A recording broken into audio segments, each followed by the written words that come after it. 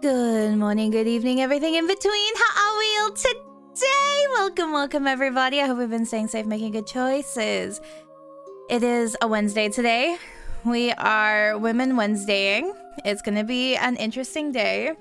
Mentally and emotionally, I am both ready. And if you see me in the chat of another stream, at the moment, no, you don't. Hello, everyone. Hello.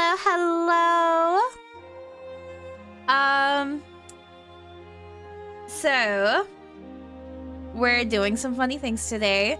I can't remember much about where we were up to last because it's been like weeks, and I'm pretty sure I have it so that you guys Yeah, no, we're safe. Okay, cool. Don't get spoiled. I'm not getting spoiled. I'm pining because I didn't realize we set our streams at the same time.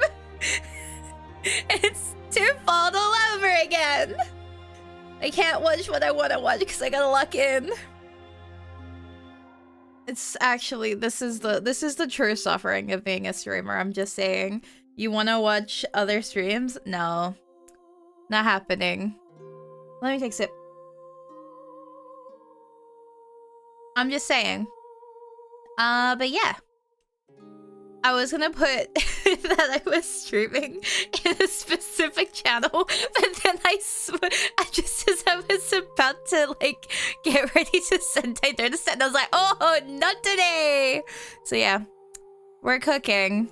I'm telling you, we're cooking. No, it's still absolutely not. Absolutely not. But yeah, oh my goodness.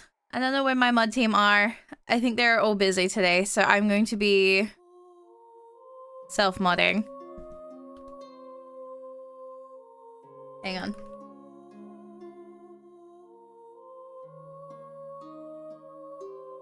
Let me check if I've got a mod.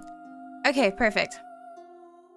But yeah, oh my god, so we're getting back into the swing of things. It's me, you, and the gay people on the screen today. I always hate whenever I have to take a week off, because whenever I take a week off, everything just like falls apart and I'm like, ah yes, now to start from the beginning. Yippee! I literally wanted to stream like the day I was leaving. There's more yippee! Yippee! But then I wasn't able to because I was just like so fucking busy. Holy shit. But I regret it. I should have tried to fit it in. I should have been brave about it. Oh my god, Krim! Oh my god, Krim. Oh my god, sir. I am absolutely buying that fucking game next payday. The fact that it's finally back is like insane. And I'm so mad that I can't get it this month because I've been like so fucking like hectic. Oh, am I subbed? Okay, that's fine. But yeah, oh my god, I'm so fucking excited. And I'm gonna stream that game. It's gonna be crazy. What the hell happened with the heat gun? Oh my god, so I was trying to explain to Koi and Mori what the heat gun does with foam and how it like is beneficial for the foam. You know, standard stuff. And then I dropped it and it hit my arm and it melted the skin on my arm slightly because I had just turned it off and it was like on like over 100 Celsius. I can't remember which one it was, but it was really, really, really high up on the heat level. And so it melted my skin slightly. It was very interesting. And so now I have this wicked little like scar going on. There's like a little bit of scabbing left, but it was very interesting. It's very itchy still. Like I keep wanting to itch it, but like I think it's pretty cool. The skin is so shiny and new there. It's like plasticky. I thought you pointed it towards your hand or something. No, like I full on dropped that fucker and it hit my my arm. Oh my god, Lucky! Thank you for the resub. Thank you. Why did I not hear my alerts? Why was my alerts gone? What? Hello? That's fine. That's a later problem. Why does it do that? It's fine. That's fucked up. Listening to you burning yourself with a heat gun? Yeah. Yeah. That's me, for real, for real. I was very stupid though, because I should have been more careful. I was kind of like just like too busy explaining things, so I didn't lock in enough. So it was kind of on me, but because the way that it fell, I hit the nozzle. So like the really hot metal part at the front that gets the hot air. Yeah. And just after I had turned it off too, so it was like fresh. Do you know what I mean? Like it was bad. But we're being brave about it, and I was brave about it at the time too. I kind of like just like licked my thumb, brushed it over it to try and like put some cold on it, and then I said, that's good enough. And that's all I did. And like, it worked. It didn't get infected. Everyone's always like, oh my god, you can't just do that. Why are you going into that one? Don't do that one. There we go. There we go. Thank you for the redeem. Thank you, thank you. They're like, oh, you can't just do that and it will get better. And I'm like, no, trust me. It can and it does. And I do get better. Trust, trust, trust. What do you mean, question marks? It's a very effective way. Trust me. Like, when I held a deodorant can on my skin for like 20 seconds and gave myself frostbite, I remember when kids would do that in school all the time. And it's like, oh my fucking god, please, why are we doing this? I remember that was a whole fucking, like, trend. But it was worth it to see people be like, hee hee hee hee hee, and absolutely get got by it. I say that so lovingly since you was one of the people in question that got by it. But that's crazy. Trying to think. They'll never call for me. You weren't doing it correctly. Trust me. Like, it can get bad. Really bad. Trust. It's, ooh, it's something. But yeah, that's how I fucked myself up before I went flying over. Oh my god. This is also like the first stream back after like the concert and everything. And like, I'm not gonna spend much time talking about it on this stream. I'll probably talk about it more on Monhan's stream. But like, oh my god. I am still like, I don't think I'm not quite like aware that it's ended. And I'm kind of like still just kind of like, yes. Exciting adventures. And then I'm actually back here instead. Unfortunately. Not unfortunately as in like here as in stream. I mean just not in the holiday anymore. We can hear your voice is somewhat dead. Yeah, oh my god, because I'm not like speaking in my streamer voice. Because okay, so in my defense, I kind of like overslept my alarm a little bit because I normally try and nap before stream.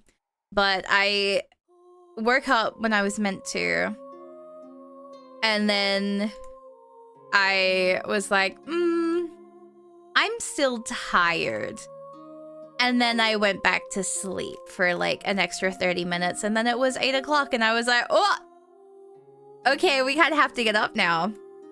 And I was meant to have a proper dinner tonight, but I didn't have enough time because I had an hour to get everything ready for stream because I chose sleep over food. And so I had Maggie 2-minute noodles for dinner. Yippee! Straight fucking good times, honestly. It was worth it though. That little bit of extra sleep. I feel like, cause like we didn't go without much sleep. Well, actually, like the person I was staying with, like had one night where they got like no sleep. I accidentally passed the fuck out. We were sitting in VC with people in like the campfire server while they were working on something. And then I was just sitting there vibing, just like having a good time.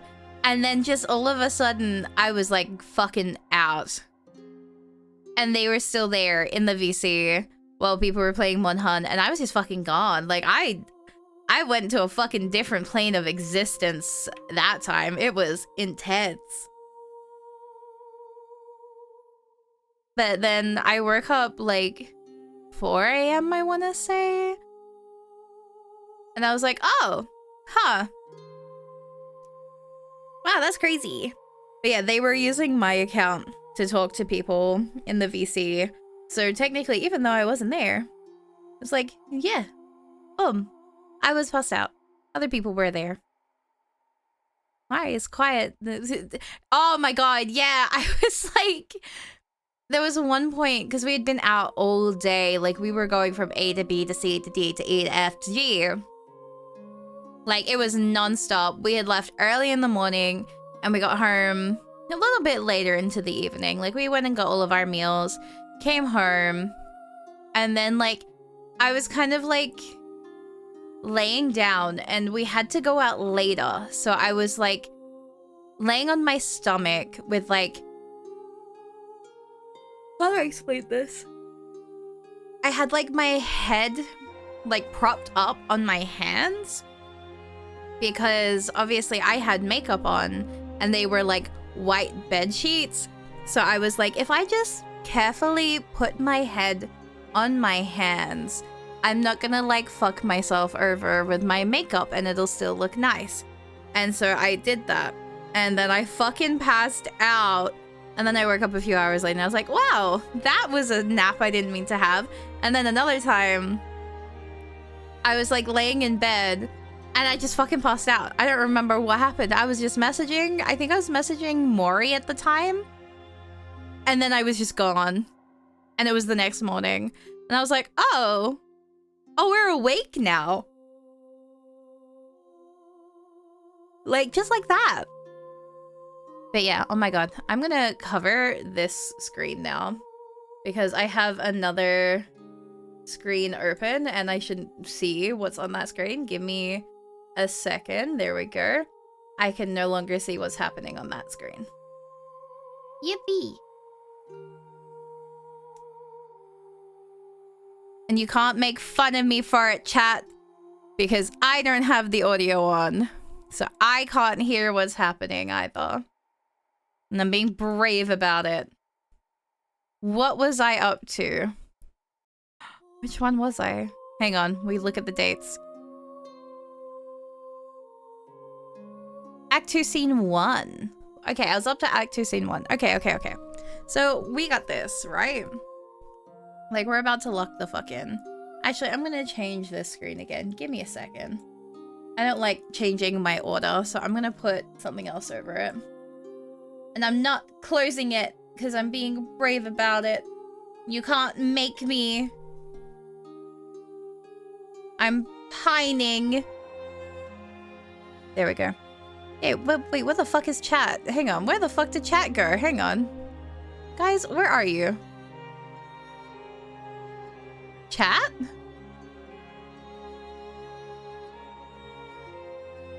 What the fuck? Excuse me? Get the fuck back here. I didn't say you could leave. Where did chat go? Come here. Get your asses down here. There we go. You're back. That's not normally the chat one that I like to use for these streams, though, so I don't know where... Hang on. There we go. That's the one I like to use. Now you're back. Now you're not going anywhere. Ha ha. Perfect. We stay winning. You're not going to leave anytime soon. Perfect. And the trigger warning is up the top. I forgot to make a note of that, so be brave. Let's do this.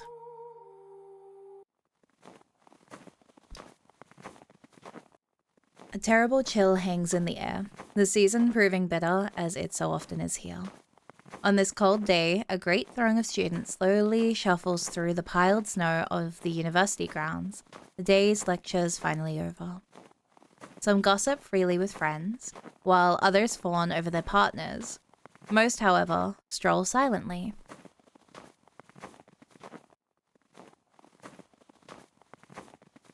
Amidst the sea of people, walks one unremarkable student among many.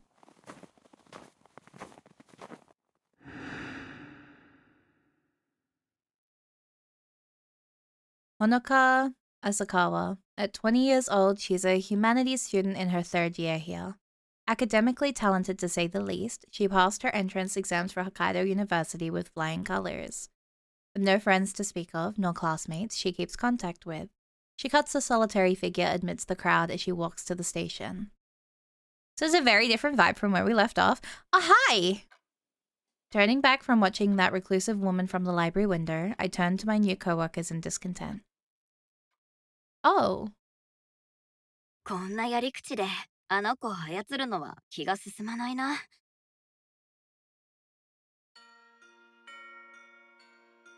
ほのかは操らないと決めただろう。依頼人の要望ははっきりしている。私たちが動くのは依頼人の指示があったとき。普段は監視するだけだ。はあ?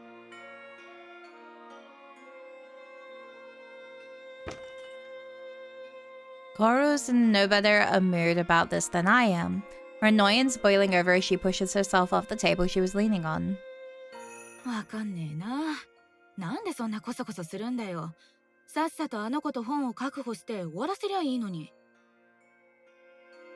依頼人が。わかったわかったって。でも何週間もじっとしてんのは性に合わねえな。曖昧な仕事だからな。抵抗を覚えるのも仕方ない。これまでにもっとひどい仕事もあっただろう。Blonde woman indeed. Like, damn. まあ、ちゃんと報酬払ってもらえんなら文句はねえけどさ。Okay, so like... This is an alternate angle of the first scene. No, I think we've swapped POVs completely. But we've gone back in time. So like, it's not a different angle. It's an entirely different, like... We're in a whole different situation right now. Satisfied she's quelled the rebellion, Tatiana turns back to me. 本当に任せて大丈夫か。探偵になったばかりだろ。Detective?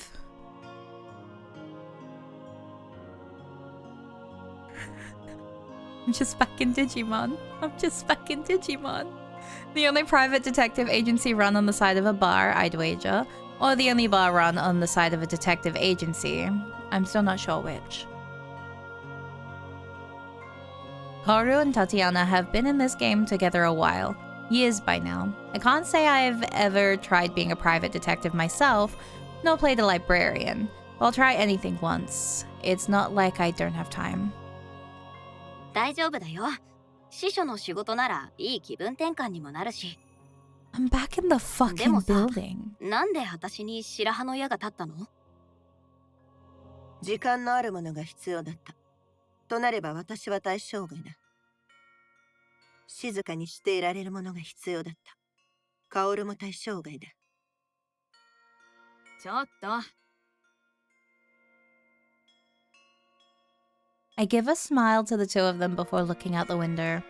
I suppose there are worse places to be working during a harsh winter. 悪口が終わったみたいだからもう行くよ。気楽にやりなよ、シノ。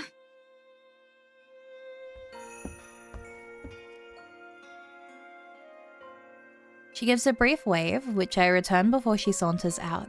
Tatiana moves to follow her, but pauses for a few moments. 何？頼んだぞ。何かあったら連絡をくれ。わかった。That was clearly not what she wanted to say. Knowing Tatiana, I wouldn't get a straight answer if I tried. With that, Tatiana's flowing coat swings about her as she turns on her heel. It's amusing to contrast her with Koru as she follows her out, every movement she makes, feeling thoughtlessly imposing.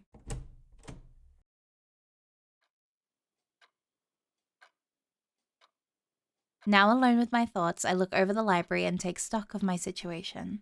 This will be my second home for the next few weeks, or months, for all we know.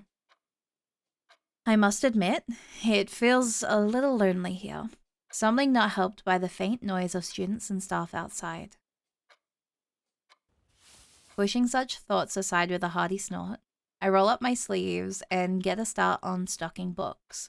This might just be a means to get close to Honoka, but that doesn't mean I can't do this job right. This is so interesting. Like, this is an interesting POV switch. I don't understand, and I'm nervous about it. Like, I'm very nervous about it. What is going on? The first few days of working here have been quite an experience. There are two main libraries on campus called North and Central, plus a scattering of more specialized branches. This being the Central Library, it receives the bulk of the traffic. Don't worry about it, absolutely nothing wrong happens here. I'd initially thought the library lavish, but the hustle and bustle of students and researchers during the day makes it clear the university gets its money's worth from the place. I never thought being a librarian would be so stressful. The day's rush only makes the serenity of the evenings all the more poignant. At least I have times like this to recover. The large and well-stocked library, awash in the glow of sunset, now stands empty save for me and one other. Honoka sits at one of the tables, reading quietly as I stack a box of returned books. The previous librarian had left a note that she often used the library to study after hours. Why Honoka started doing this was left unsaid, but it didn't take long to work out. You good, dude? Okay. As always, she didn't bother with small talk before getting to studying. I expect her to be quiet, but not outright avoidant. I'm sure she'd be a hermit if not for lectures dragging her here. Despite keeping my ear to the ground, I haven't picked up on any rumors about her. What are you doing? Wait, what are you doing? Okay. Or anything being spoken of Honoka at all.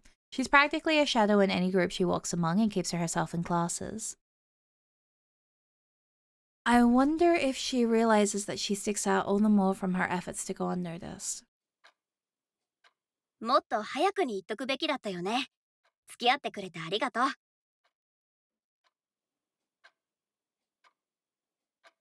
Her head jerks upwards in surprise. Honoka's face shows little, but her jitters make me worried something's happened to her.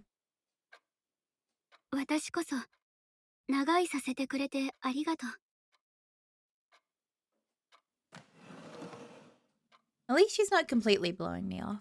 That's probably as close to an invitation to chat as I'm going to get, so I drop my current book in the box and walk over. Oh, that is beautiful. Oh my god. I take a chair and spin it about, taking a seat sideways. These chairs are more comfortable this way around. She looks a little nonplussed at being practically forced into this. But I don't have much choice if I want to get closer to her. I find it's often the quietest people who lead the most interesting lives. Case in point, my eyes fall to the book in her hands. She's been reading that one for a while, but reading the Italian title is admittedly beyond me. イタリア語を読めるの？すごいじゃん。私も言語はいくつか知ってるよ。世界とつながってるって感じがするよね。You good boy. You good mate. That was a big noise. Hello! Welcome, welcome. How are you today? Hello, hello. It's nice to see you again. I hope you've been staying safe, making good choices. そうかも。私は単位のためだけど。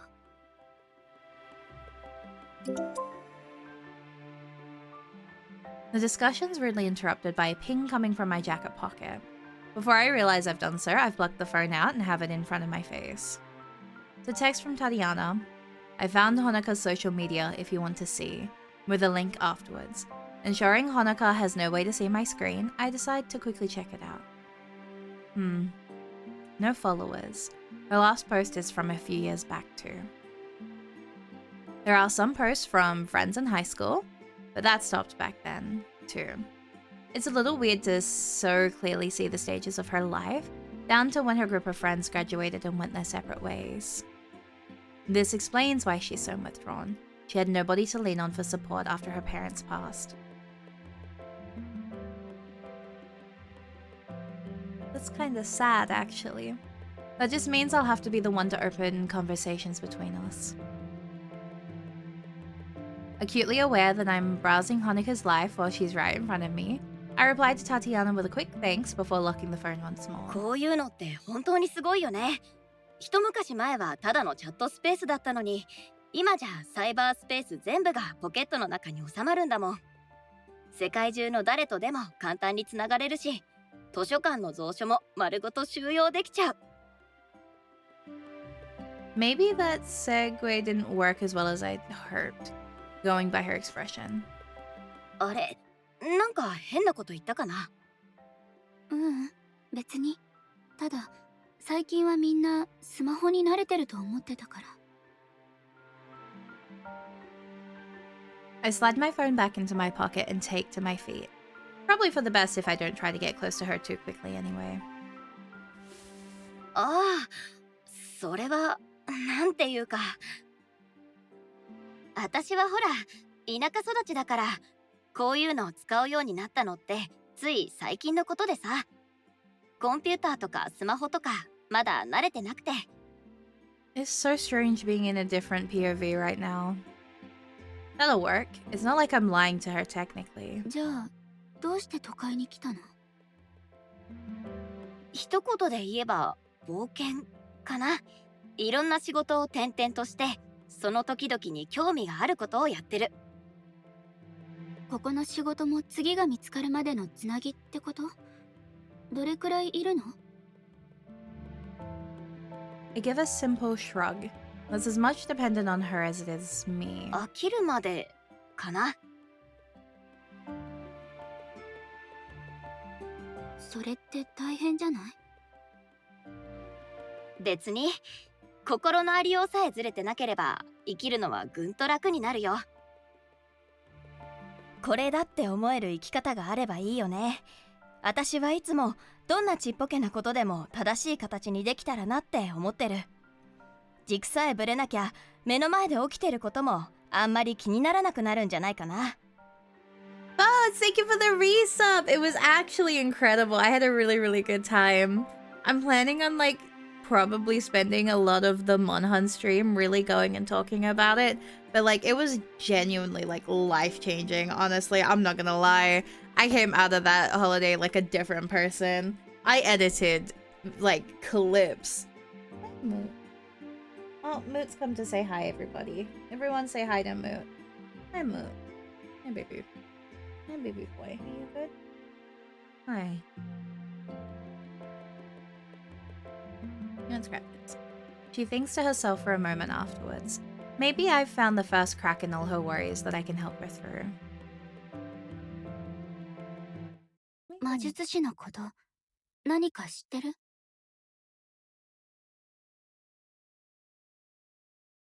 急に話題が変わったね。ついこの前医者をやってる魔術師の記事を読んだの。それでちょっと気になって。Of all the topics to raise, I should have known that subject was coming. But I still have to work to not show it. 気になる存在ではある I よ like that ね。 expression. 珍しいから実際に魔術を使っているところなんてなかなかお目にかかれないし。それもそうだけど、全く違う人生を歩んできた人がすぐそばにいるのに、誰もそれに気づかないって不思議だなって、そう思わない？ So right now you are feeling chill. I've got like post-con blues. For people who go to conventions a lot, post-con blues is gonna make so much sense. But like, it's like, I'm probably gonna be in post-con blues for like a few more days. I miss it. I found some really pretty cosplayers there. I made a lot of new friends. I'm missing them. I miss everyone. Thinking fast, I work out a misdirection. 平均的な魔術師は普通の人とあまり変わらない。なのに魔術に不信感を持たれちゃうのは残念だよね。この町の魔術師は目立たないようにしてるみたいだけど。Yeah, she's definitely going through it here. それに力の強い魔術師となれば話は別じゃない？ヨーロッパだともっと堂々と暮らしてるみたいだし、古くから続く血統の魔術師は城を持ってることもある。自然の法則を破れるなら政府が手出しできる相手じゃないしね。だからこそみんな魔術師に対して慎重になるんだろうね。異質なものを恐れるのは人の常だもん。So true, Shino.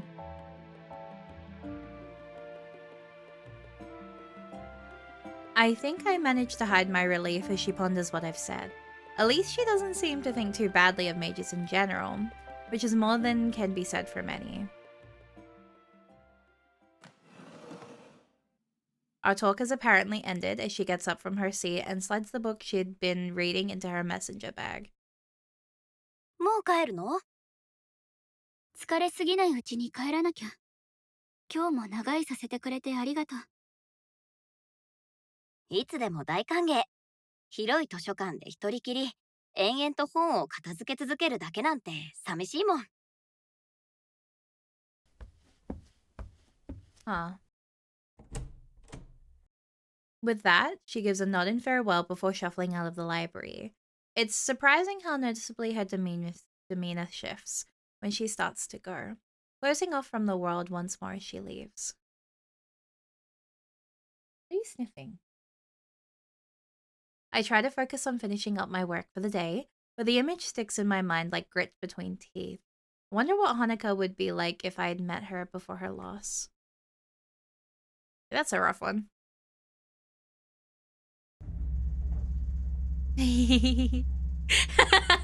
Retires early. One advantage of working at the university is the easy access to a nearby station. With a short train ride practically dropping me off in front of Tatiana's downtown bar, after the now familiar elevator ride, it's only a few steps to go in. That's my favorite little nod that they have so far. Whoa! Oh my god. Hang on. What the fuck? Hang on, are we okay? Hang on. Are we seeing that? Wait, you can't see that. Hang on. Chat move. Look at that. What the hell? What the hell? What the fuck? That's insane. That is so fucking detailed. What the hell? Okay, chat, go back. What the fuck? That's incredible. Hang on. How do I do this again? No! Don't do that. Go back. I didn't mean to do it. I didn't mean to. Go back.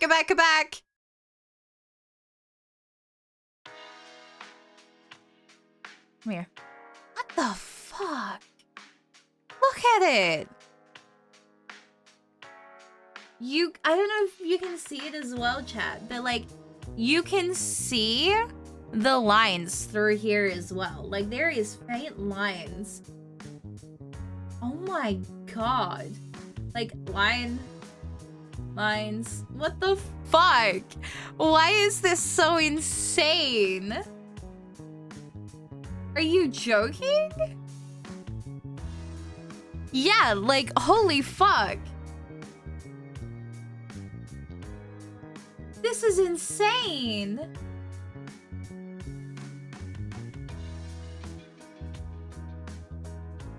I would love to say that. Yeah, no, for real. I just want to just know what goes on in the brain to be able to like pull this off. Like, there is like detail everywhere you look. Like, there's lines, there's fabric lines through here. What the hell? I can't get over the plant. Like, that caught my attention straight away. The fucking cushioning in this is crazy. You're joking. And someone just drew this. That's what gets me. Every single background that we get in like an Elon VN is always so insane because like you have to just sit there and just go, someone drew this. Someone sat here and made this. I would have cried after the first like 20 minutes and they're just creating works of art like this. What the hell? Like, even the detail on the reflection of the, like, countertop is crazy. Are they? No, that's crazy.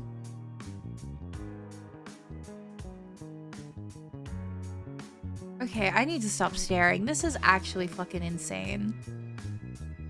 What the fuck? No, I need to stop staring. The smell of various alcohols just faintly hangs in the air. Dim lights play on the immaculately polished counter, and inviting bottles of liquors and spirits gleam behind it in all colors of the rainbow. It's instantly relaxing, just as intended. Oh my god, rainbow mention? In so many ways, this is Tatiana's slice of the world. Everything is in its place and polished to perfection. A perfect stage for any customer wanting to relax with a touch of class. Then there's Koru. Sitting at the table in the otherwise empty bar, before her lie various small tools. Brushes, screwdrivers, a little bottle of oil, and a couple dozen mechanical components. I recognize what she's fiddling with from even a casual glance, waiting until she finishes applying some oil before interrupting her.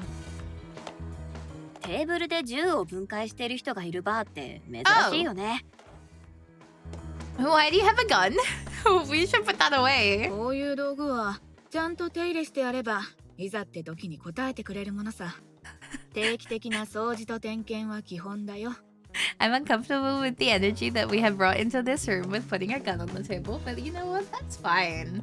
That's totally fine. What the fuck? The hell? What the fuck? Goro keeps working away as she talks, now inspecting a tiny spring. Interested in what she's doing, I take a seat opposite her while being careful not to touch anything.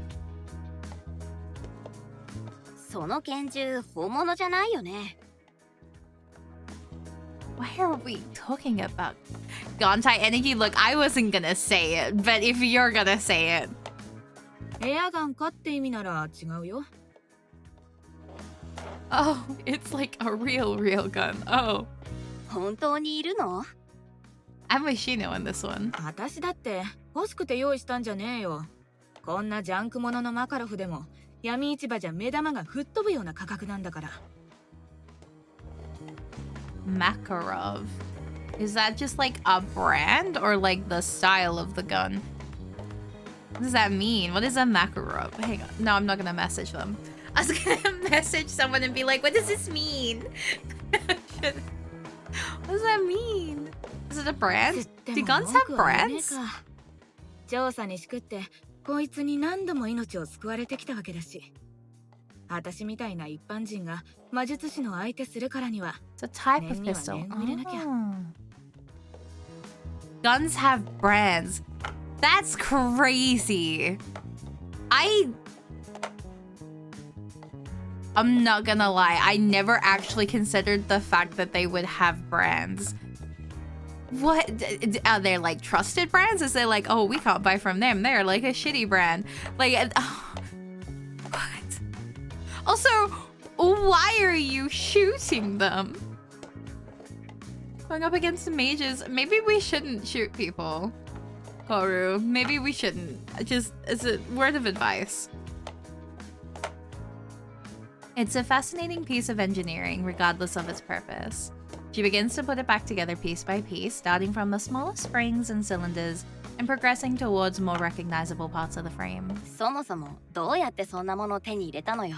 It's a 50s era pistol still produced today. That's crazy. By now, I've learned a few of Koru's tales. Not a hard task for someone who wears their emotions on their sleeve. One I've come to be amused by is the particular sparkle in her eyes as she begins lecturing on this fact of life or that. Oh, she's excited because she gets to info dump about her special interest. You know what, girl? Honestly, you're real for that one. New PowerPoint stream idea, Mari learns about guns. I hate it. I would only do it if Gontai was the one teaching me. Genuine. Like, if Gontai was like, here, I'm gonna teach you about this, I'll be like, okay, because I like listening when Gontai speaks. I think when Gontai speaks, I can like listen to anything they tell me, no matter how mundane it is. Not to sound gay or anything, but like, because, you know, Gontai is my wife, so I'm allowed to say it. But like, you know what I mean? No, that sounds gay. Hey! Fucked up.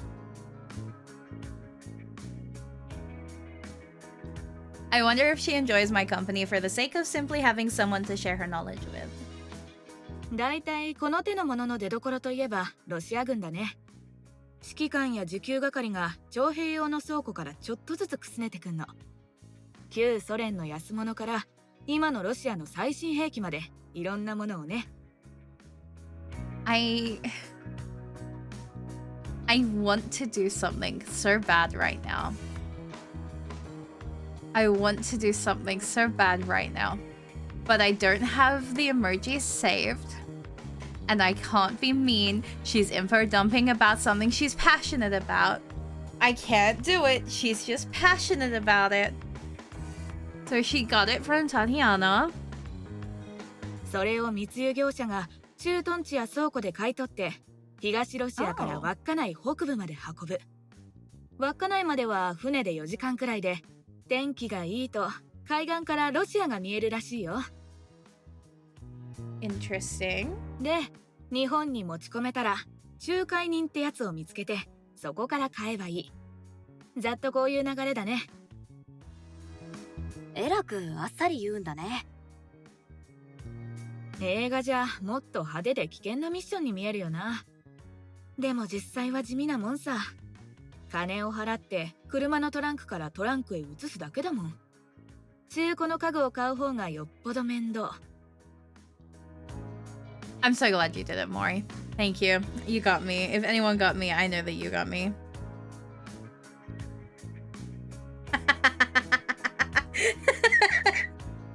Sorry, I shouldn't be checking that. I'm putting that away. But also, I'm concerned about the fact that, like, I've had more trouble buying secondhand furniture than a gun. It was easier for you to get a gun than secondhand furniture. I think that's a problem. She picks up the inside of the barrel and begins to clean it with a small brush.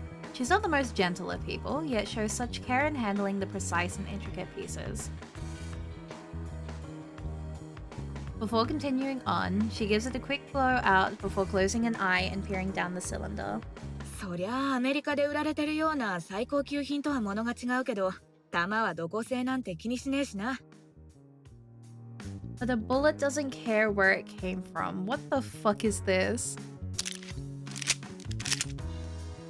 With that, she slides it into its spring and completes the mechanism for the rack.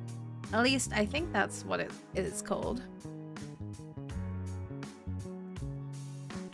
It's strange. I feel more at ease lounging about, watching Koru putting together a weapon, than I am at the library. Then again, this isn't the first time I've been around such things. That's just so concerning. Like, that makes me nervous. Like, what do you mean? As the door swings open, the two of us give a casual glance to the tall figure which steps through. This must be the first time I've seen Tatiana late for anything. あれ？遅いじゃん。渋滞してたの？ I really like Koru's VA, I'm just saying. 雪道でスピードを出しすぎたバカがまた事故を起こした。二人 Oh, ともご苦労。so true. She gives a casual glance at us before continuing on her way behind the counter, entirely unbothered by the weapon as Koru slowly reassembles it. カオル、カクテル作りの講座を受けるよう覚えておけ。安い講座を見つけた。せっかくだし、お前もバーで働くといい。Oh no, Koru, they're gonna make you work. 何それ？前にカクテル作ってやったじゃん。そうとも。だからこそ講座を受けさせるんだ。Damn. Oh, damn. Aw. Why does she look like a kicked puppy with that one?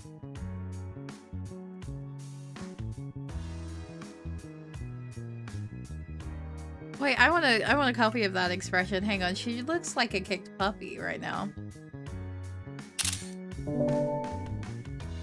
That's for me. That's me when I'm sulking. All Koru can do is grimace as Tatiana walks into a back room. As she looks to me for backup, I just shrug.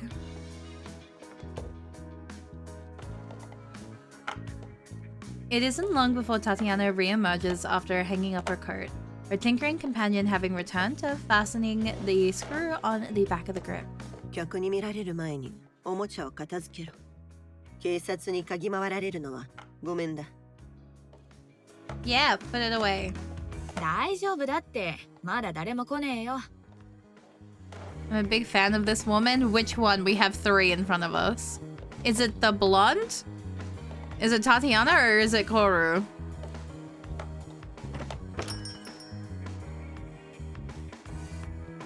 The sound of the door swinging open makes both our hearts skip a beat.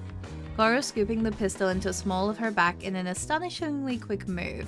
Thankfully, the tired-looking salaryman doesn't notice the gun disappearing behind her parka as he takes a seat at the bar. すみません。営業前で迷惑かな。 It's blonde woman because she is blue-coded too. Yeah, I should have seen that. Yeah, I believe that one. Kaoru just looks like me IRL when I haven't cut my hair, Mari. That's crazy. My god. That's...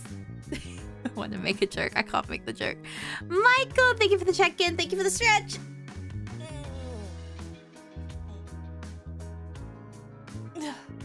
I'll take that. Hydrate. Let me get the drink.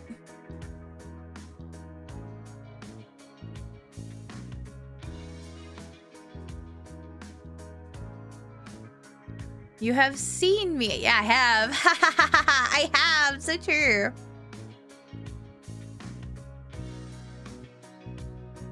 This is crazy. いいえ、とんでもない。今日は何になさいますか? That just means that you need to cosplay her.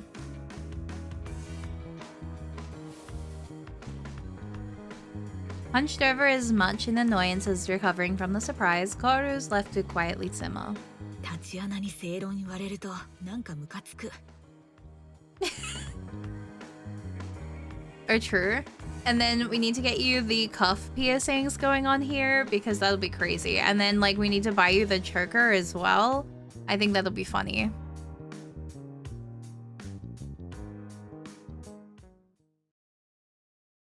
I really want those. Oh, it's so over. This is gonna be your next cosplay, I believe. Congratulations! Scene 3. Wow, I am doing so good for like scenes like right now.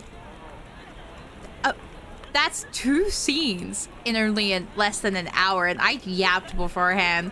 I'm locked in today.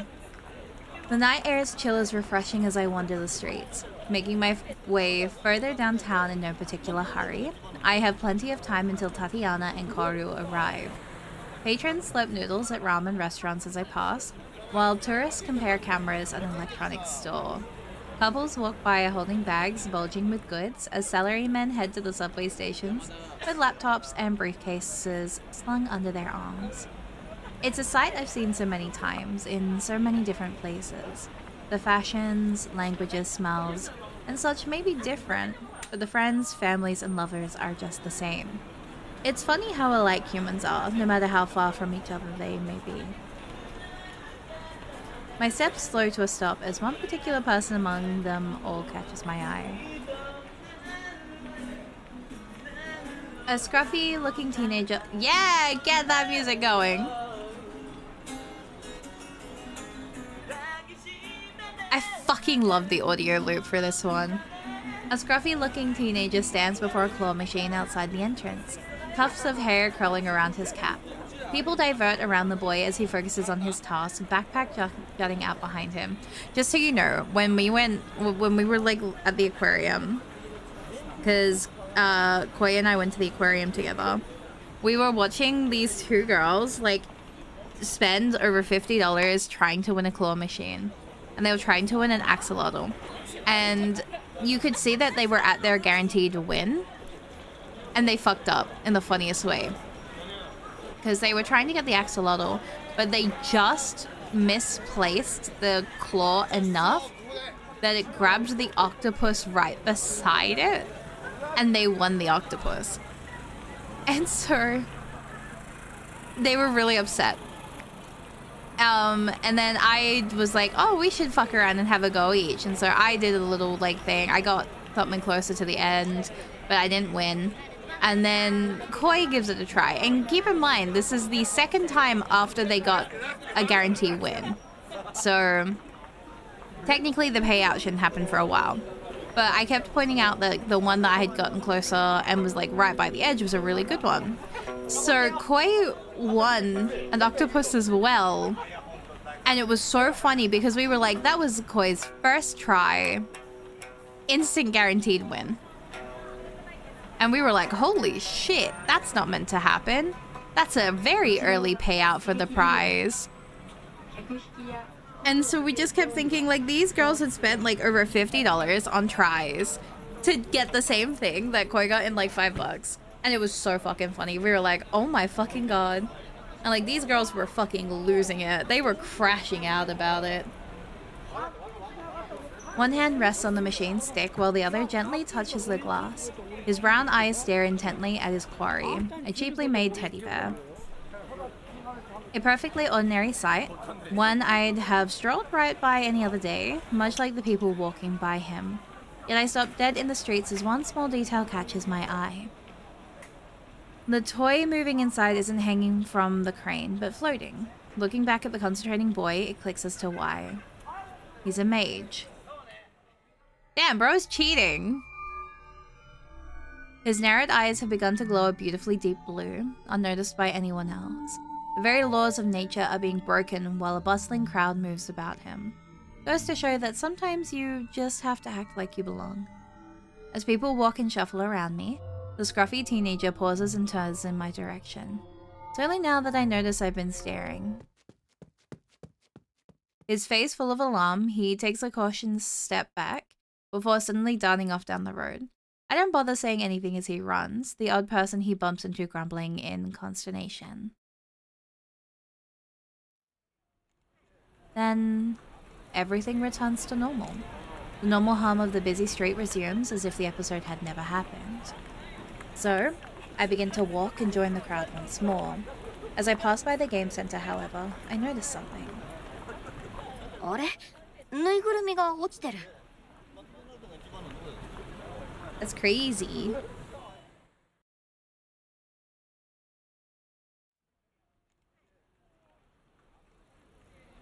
Leaning against the street railing, I idly watch the people coming and going before me.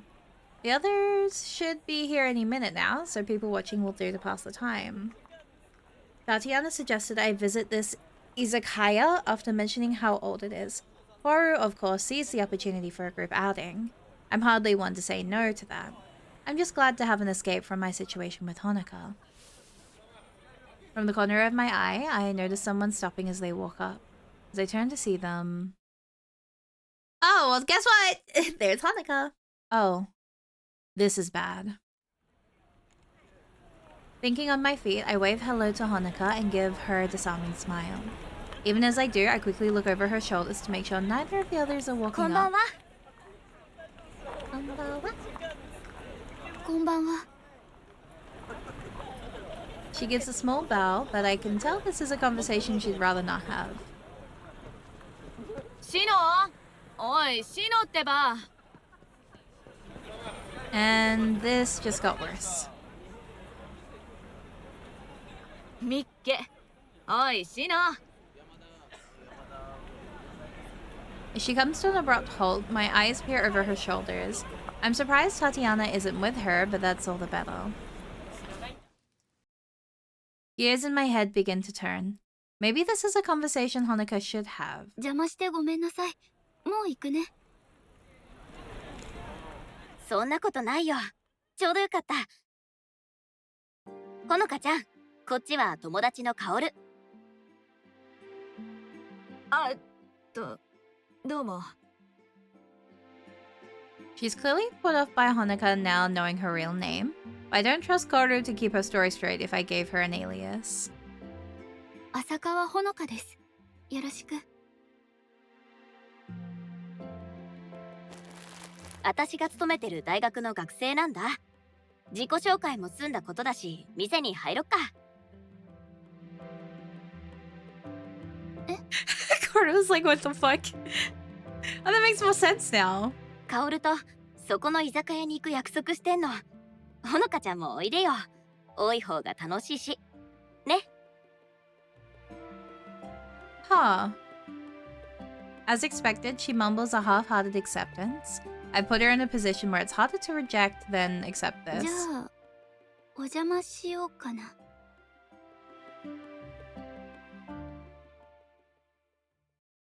Interesting.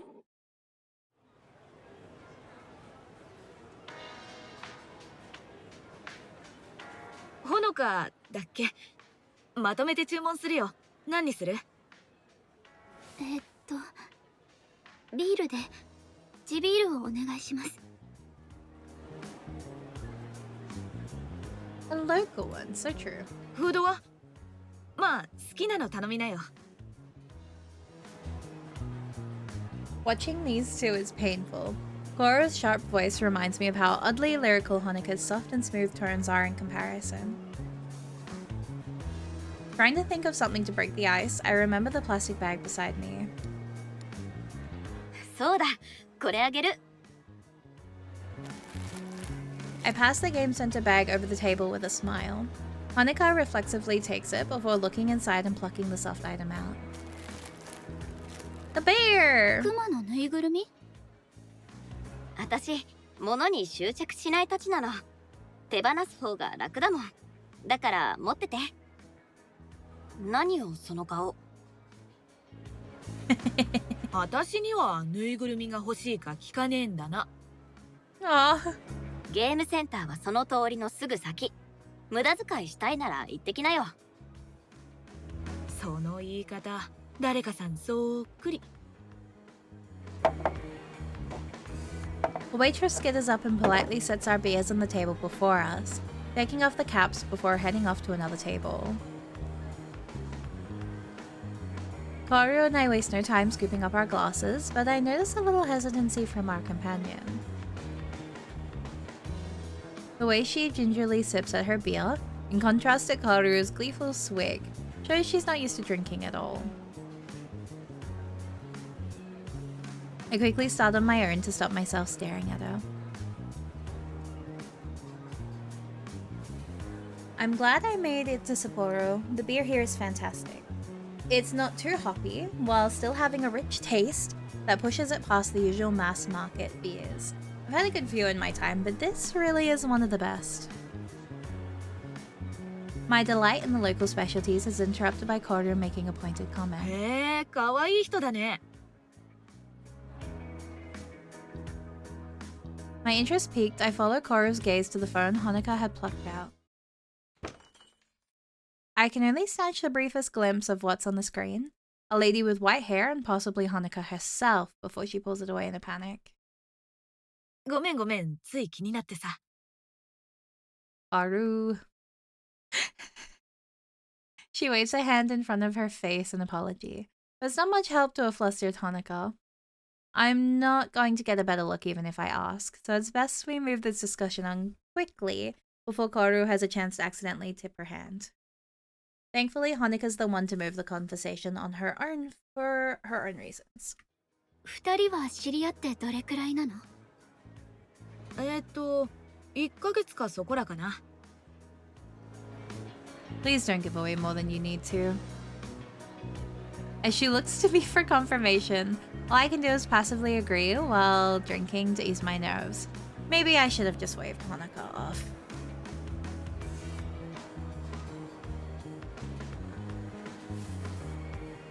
Pulling Kaoru into conversation with me helps, to the point I have to hide a sigh of relief when I see Hanukkah checking the time on her phone. もう遅いし、そろそろ帰らなきゃ。誘ってくれてありがとう。全然いいよ。来てくれてありがとう。じゃあ、また来週図書館でね。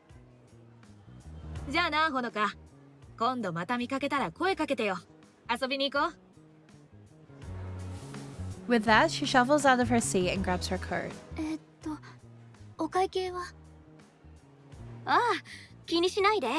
私が誘ったんだし、これくらい出すよ。ありがとう。She's clearly not the type to accept a free ride easily. Her nerves went out, however, as she swings her coat over her shoulders and gives a small wave goodbye. The two of us can't help but watch her leave, holding our breaths until she disappears out the door. As soon as she does, a wave of relief washes over both of us. Kaoru practically deflates as she slouches back into her seat, helped a little by her half-drunk bottle of beer. I take a small swig of my own to settle myself. 思ったより緊張した。The expected quip from Kaoru goes amiss. Looking over to her, she's finishing up a message on her ancient flip phone before sending it and clacking it shut. タチアナに問題なしって送っといた。驚いた。その古い携帯、まだ動くんだ。Rather than take offense, she makes a now familiar gesture as she begins to lecture. 丈夫で安い携帯ってのは何年も使えるもんなの。これも人生を賢く生きるコツ。Okay, this is just Mori. でもさ、あんなでかい女がどうやってパッと姿を消せるんだろうな。さっきくるりと向きを変えたと思ったらすぐ見えなくなっちまった。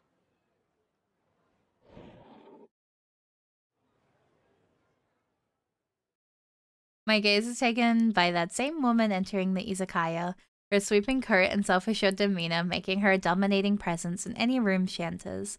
A quick glance around shows her where we are, Tatiana wasting no time in striding up.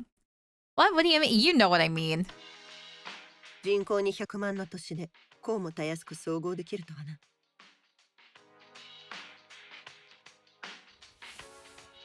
With a practiced motion, as like every gesture of hers, she shrugs off her coat and folds it into her lap as she takes a seat.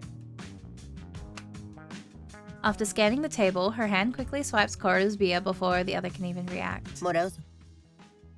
おい。新しいのを注文してある。それより。今ここでどんな魔術師も持ち得ない力を見せてやろう。ほんの一握りの人間しか持っていない力だ。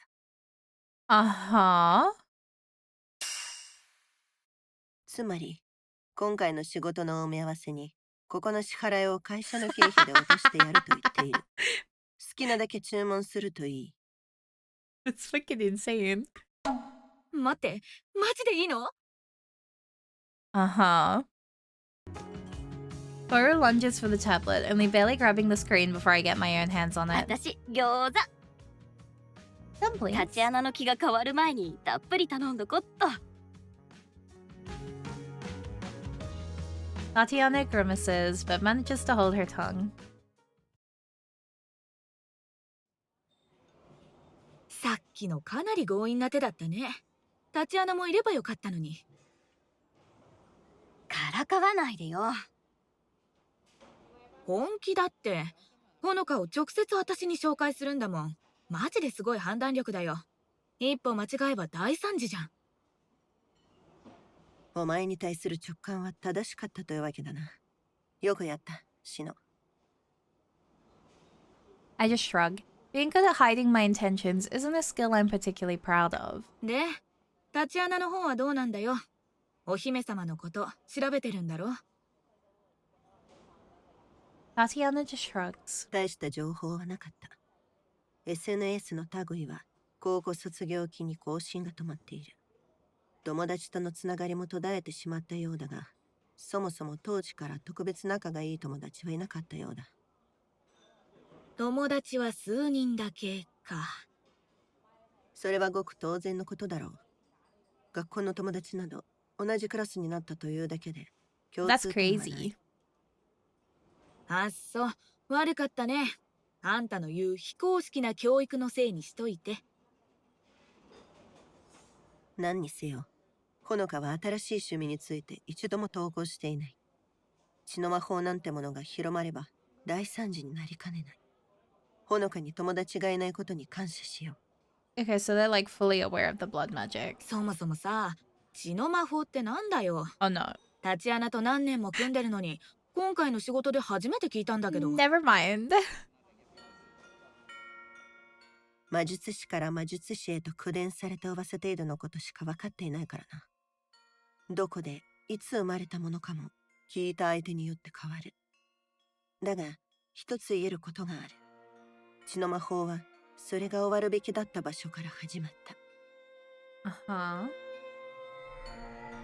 あれが知られ始めたのはヨーロッパ封建時代の後期からルネサンス期だ。路地裏や秘密組織で触れていた者たちには無念だろうが、きっかけはカトリック教会だった。 This is an interesting screen to be looking at right now.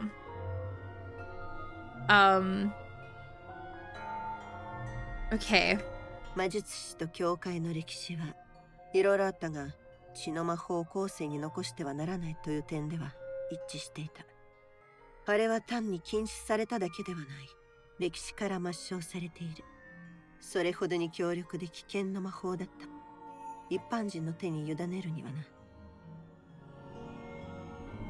な。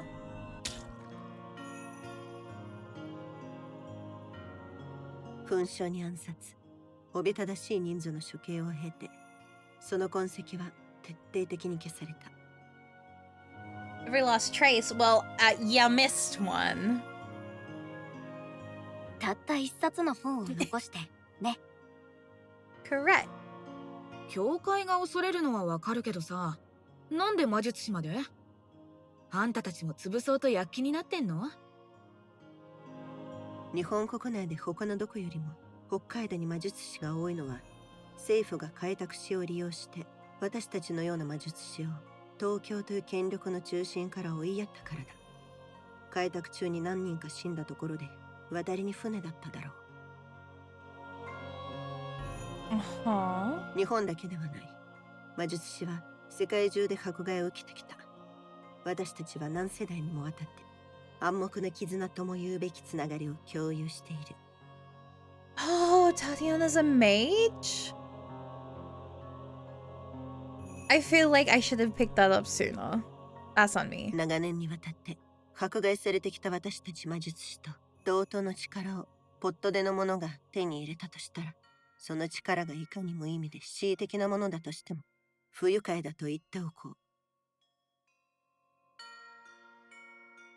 たく、魔術師ってやつはほんとひねくれてるよな。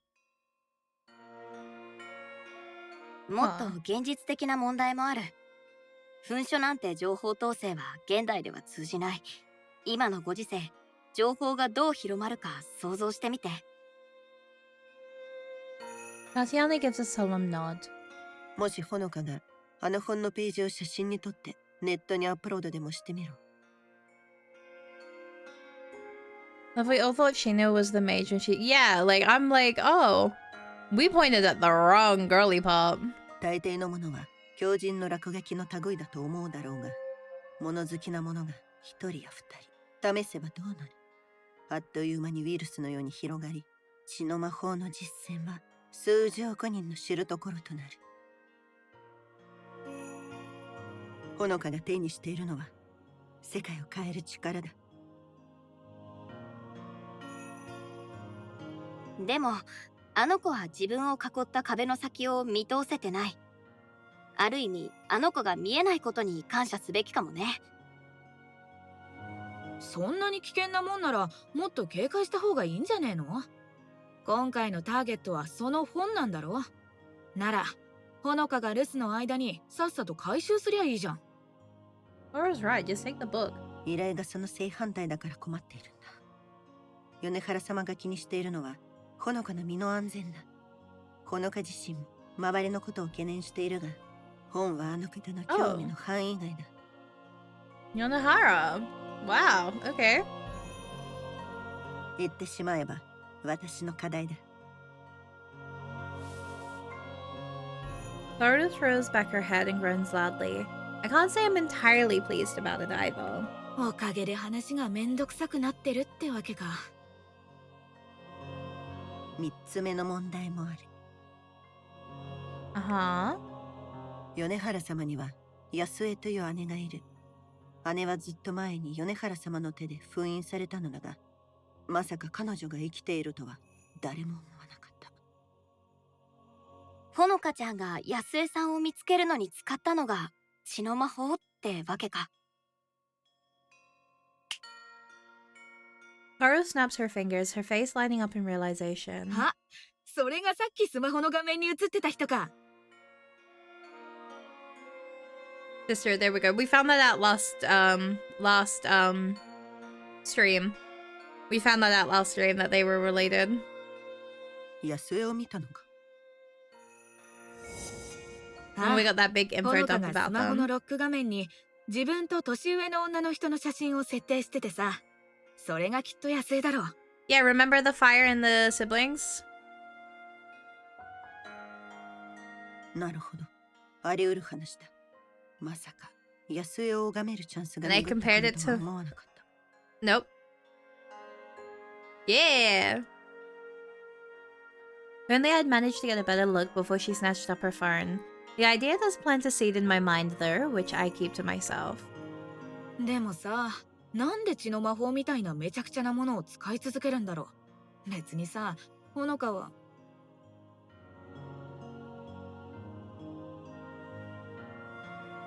As the realization dawns on her, and then all of us, Boru's face scrunches up as if a child encountering a bitter food. I can't say it exactly makes my day either. なんか私たち恋人の仲を引き裂こうとしてる悪者みたいだね。結論を急がないようにしよう。それが私たちがほのかの監視を続ける理由の一つだ。ほのかが深みにはまりすぎたら、状況をコントロールする準備を始めよう。Yeah, like immediately. それに安井の意図もわからない。あの魔術師がそれほどまでに長い間封印されていたのなら、どんな手を使ってでも解放されようとするだろう。Excuse me, Yasue is innocent.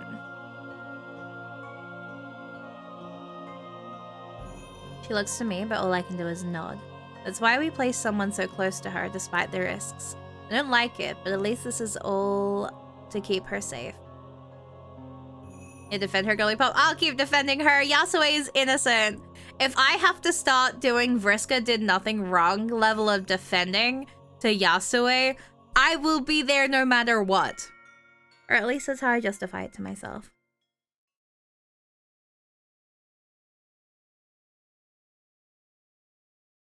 Like, I have done delusional levels of defending people before. I can do it again. I'm doing so good for a time today. We are up to 4 already. A dainty bell rings out from above as I leave the store. Likely it's only customer for the entire day leaving just before they close. As the warmth of the heaters inside suddenly disappears, I clutch the paper bag to my chest in response to the winter's chill. Kaoru, who's been busy drinking while leaning on a street railing, picks herself up and throws the can into a bin. It's an impressive shot until it clicks why she's so good at that particular move. 店の中で待っててよかったのに。投資するよ。人形が何百体もいるところで、ここで震えてる方がマシだね。そんなに人形が嫌いなの？大抵のやつは気味が悪いって言うだろう。悪気はないけどさ。Her frankness is rather endearing. 気にしてないよ。言いたいことはわかるし。形は人間そのものなのに魂がない。嫌悪感を覚えるのは本能だと思う。Oh my god, is this a reference to their other one? I can't remember what it's called. They're human in form but without a soul. The other visual novel. でもあんたは人形を作ってるんだろ？今時珍しい趣味だよな。本能で惹かれるんだよね。日本にいてよかったと思うのは、そういうニッチな店が大きな町にまだ残ってるところかな。ま、誰にでも趣味は必要ってことか。人形作りにバーの経営、人それぞれだよな。Those for some, running a bar for others, and for me, I just want a gun. Little boo-boos, that was coming from you. That's on you for the thing, that one. 24 carat La Boo-boo. I give a simple shrug as we begin walking, joining a handful of others braving the night's cold. Checking inside the bag, I quickly go over what I intended to buy. Scalpels, material, brushes. Everything's in there from my first big project since coming to Sapporo. Satisfied, I look back up. 外国にいたみたいな言い方だな。そうだね。いろんなところを旅したよ。でも、ああいう店が残ってるのはやっぱり珍しいかな。I have the first ever 24 carat gold La Boo-boo. 面白いやつもいるんだろうな。私は北海道から出たことねえから羨ましいよ。Up ahead, I notice a freckle-faced foreigner glancing at her phone while looking this way and that, her red ponytail swishing about. Kaoru seems to notice the apparently lost tourist as I do, stopping in her tracks. 世界を見てきたのは私も同じ。まあ見てな。With a smirk, she skips ahead towards her. I could have easily helped, but now I'm curious to see what comes of this. Without a moment's hesitation, Coro asks if she needs help in perfect, if extremely informal English. It's a little charming to see the woman's face light up at hearing a familiar tongue, the two conversing fairly naturally. The tourist goes on her way to their hotel after bidding farewell, Coro beaming with pride as she waltzes back. I have to admit, I'm a little speechless. な、どうよ、驚いただろ。うん、素直にすごいと思った。どうやってあんな英語を覚えたの？タチアナから非公式な教育を受けてたって聞いたけど。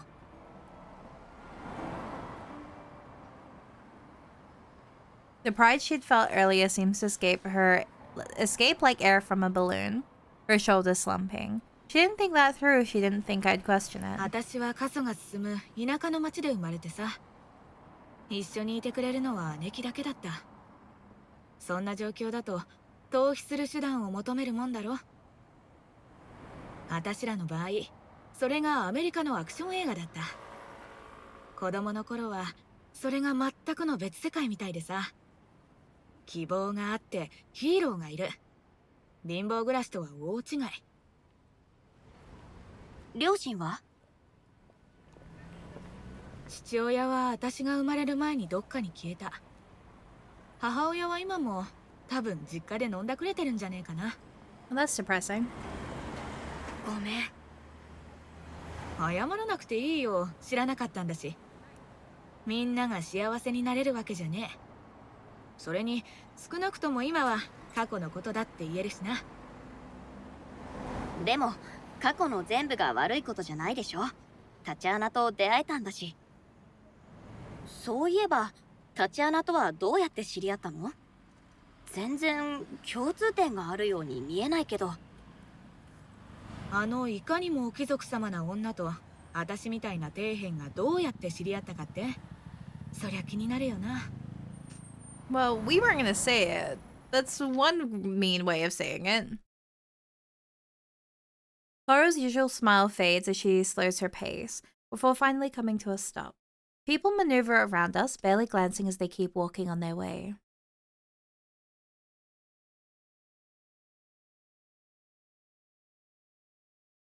As she looks to her side, I follow her distant and sullen gaze, her mind clearly elsewhere. All that's there is another dimly lit alleyway, lined with the usual bins, air conditioners, bikes, and so on. 建物と建物の間ってじっくり見たことある？ Interesting question. 毎日毎日ほとんど気づかないまま通り過ぎてく路地や通路だよ。遮るものは何もねえのに、どうなってるのか見ようとも思わねえだろ。少し横目で見るだけなのに。言われてみれば気にしたことないかも。タチアナは見に来たんだよ。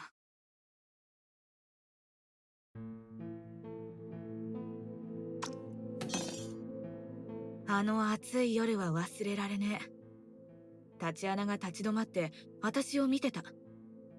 見返した私は目をまん丸にしてたと思う。驚いてナイフを落としちまってさ。今までに聞いたことがないくらい大きな音がしたような気がしたよ。タチアナはただそこに突っ立って血と汗にまみれた殺人犯を眺めてた。それがおかしな表情でさ、何年経っても記憶に焼き付いてる。驚いてたってこと？それが変なところでさ、あいつ私を家に連れ帰ったんだ。古い浴槽で体を洗ってくれて寝床を用意してくれた。次の日、私が家を出る前に飯を用意してくれてさ。なんて言ったと思う？現場に証拠を残さなかったかだけだよ。私の過去については一言もなし。Interesting. 私が首を横に振ったら、いつでも戻ってきていいって言ってくれてさ。で、一緒にいるってわけ。慈悲だったってこと？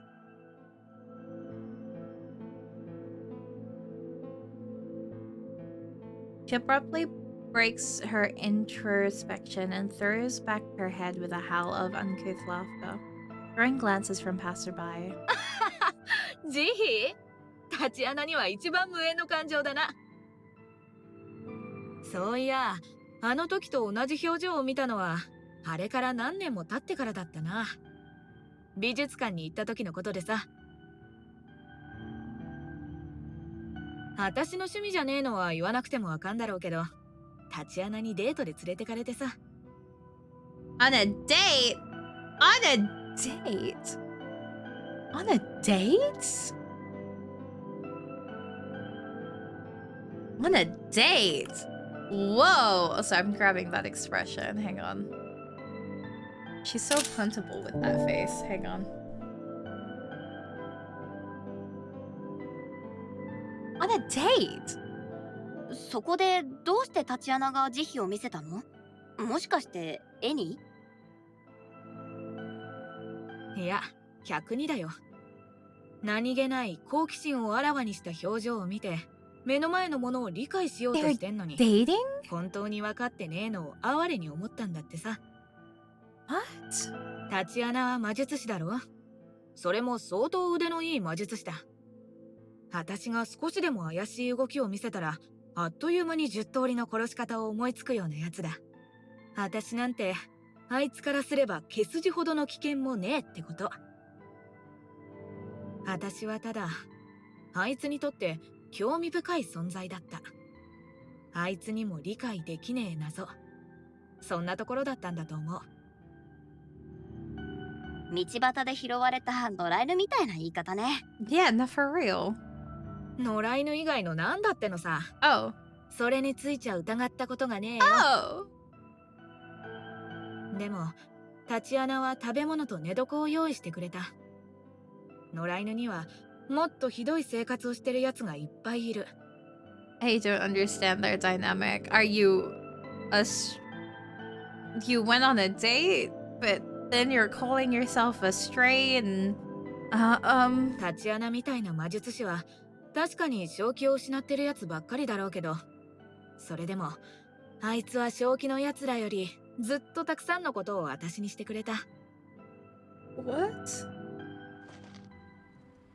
With that, she begins walking again before looking back to me. 昔話はここまで。家まで送るよ。So are they actually dating? Because like that is an interesting dynamic to have.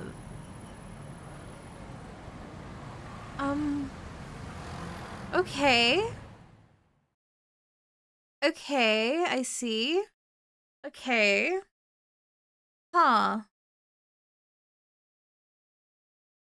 The long game. Oh, this pretty scene again. Oh my god, it's gorgeous. Holy shit. Our train trip and long walk through the suburbs finally over, I hear a soft thud echoing about the empty streets as Honoka closes her front door. A long sigh of relief quickly ensues. I took a big risk in traveling here with her, but my curiosity had to be sated. A cold breeze whistles through the otherwise silent street. This far out from the city, there's practically nothing around to make any noise. Traveling so far to attend university must be a pain for her. Another difference from the city is no daily plowing. The piled up snow only makes the isolated suburb feel all the more desolate. The curtains still drawn in the surrounding houses as their occupants are still at work. In the long gone days of my youth, I have enjoyed places like this. I was content to live in my own head, be it cooped up where I lived, or wandering alone on peaceful streets. Yet the longer I lived in my own head, the less tethered I became to reality. When I look at someone like Yonohara, I wonder how wrong I was. How much is true for Honoka as well? It's hard not to see some of her mindset in these lonely streets. Beyond that, though, there's something else about this place which makes me feel restless. Something feels off.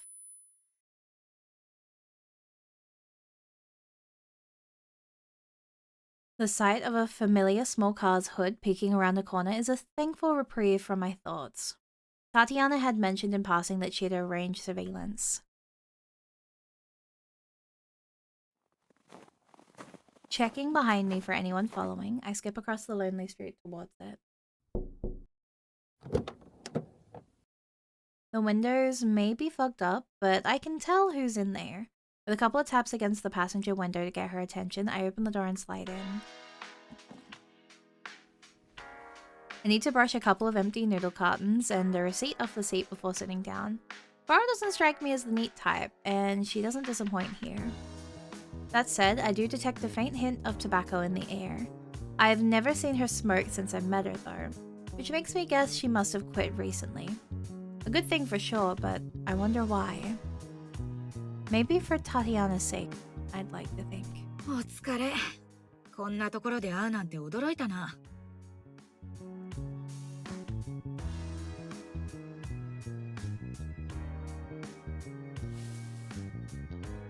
I will say, I like how normal it feels with this car right now. Because I'm used to seeing the steering wheel on the wrong side. But this is nice. We like this. We like this a lot. With a great yawn, she shifts about in her seat to try and liven herself up. ちょっと寄っただけ。調子はどう？それがさ、寒くて尻が凍りつきそう。カップ麺と自販機のコーヒーだけでもう1週間もここで張ってるんだよ。ヒーターをつけてもいい？ Yeah, Japan does have the right side driving. It's so good, honestly. This is very dopamine for me right now. ガソリン代を払ってくれんなら。I've never seen someone so touchy about money. Giving up on convincing her to take care of herself, my gaze moves to the back of the car as a peculiar sight catches the corner of my eye. ちょっと、このカップ麺の山、何なの？ああ、コンビニで特売セールをやってたんだ。お腹が空いてるならあげる。おすすめはチリトマトかな。完成度高いよ。The chili tomato ones, they have a very sophisticated flavor. Wow, imagine being able to have fucking tomato. That must be so crazy. Wow. Rory. Move. Behave. Anyway. There must be dozens upon dozens of cup noodles haphazardly strewn about, culminating in a small hill of them between the seats. I lean back and pick up one off the pile, a few shifting down afterwards like loose pebbles from a mountainside. Left unsaid is where she gets the water to cook them. Use the snow! これ、賞味期限が切れてる。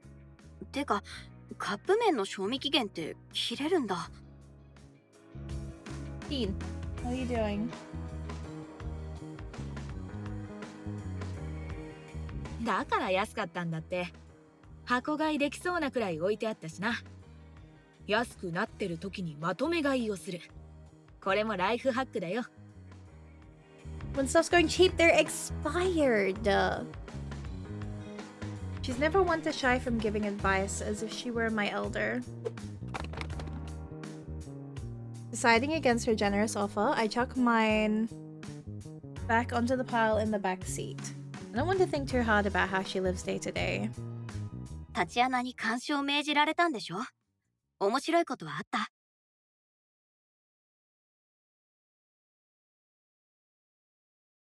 She gives an amused snort in あ reply. の子、ハンデをしたような生活だね。あんなに時間に正確なやつは初めてだよ。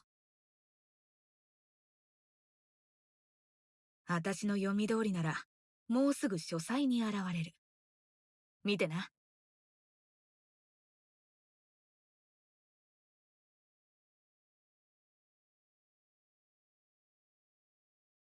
There's a brief silence as we watch. This isn't a great vantage point. We can see little more than a narrow slit between her curtain and the side of the window.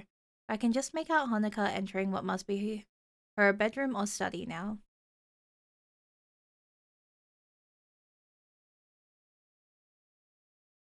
Uh-huh. Uh-huh.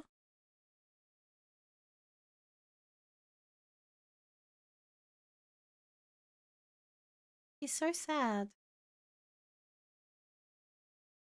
It's hard to make out what she's exactly doing, her head bobbing up and down as she checks something.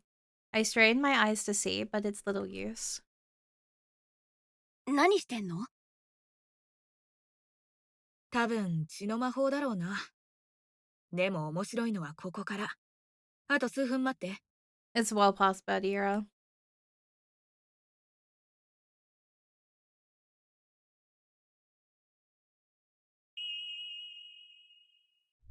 Moot. Skeptical, I set my eyes back on Honoka. Feels more than a little creepy to be watching her from afar like this, but my reflections on what I'm doing take a seat back as I notice the glint of a knife. My heart stops, but Koru's expression looks almost bored.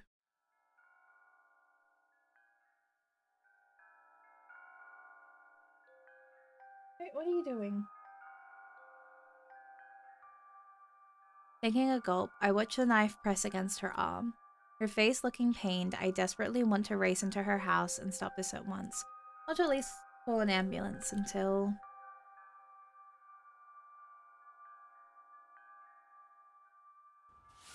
倒れたの？うん。あと数時間は意識が朦朧としてるだろうね。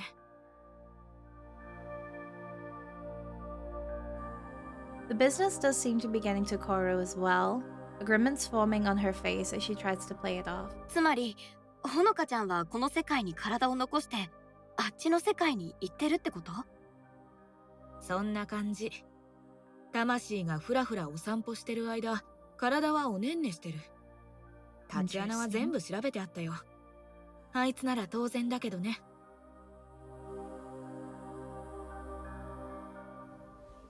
The show now over, Koru relaxes back into the seat while holding the back of her head with her arms. てかさ、なんでシノがここにいんの？付き合ってくれんのはありがたいけど、ほのかに見られんのはやばいじゃん。ああ、それなら大丈夫。家まで一緒に歩いたんだ。はあ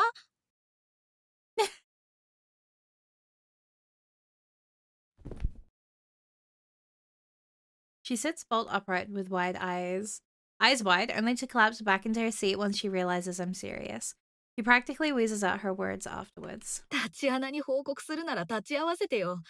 あいつの反応を見てみたい。I'll save her the fact that Honoka nearly figured me out as well.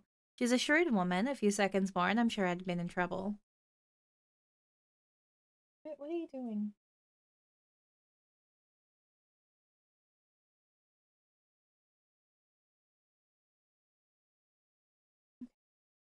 Yet Tatiana and Koru are here, watching her every move and having worked out her daily routine to the minute. It's strange how two parallel games are being played. I can't help but worry how our two worlds will meet. そうだ、ここから市内までは少なくとも1時間はかかるよね。どうやって帰るつもり？ I give an awkward smile in reply. ああ、聞くんじゃなかった。Rip. With that, she throws the car into gear and turns the key. It'll be a long drive from here.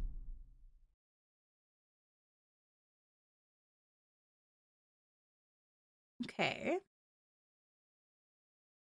A troublesome client. Act 2, Scene 6. Damn, I'm doing good today! Y'all, I'm proud of me. いいとこだね。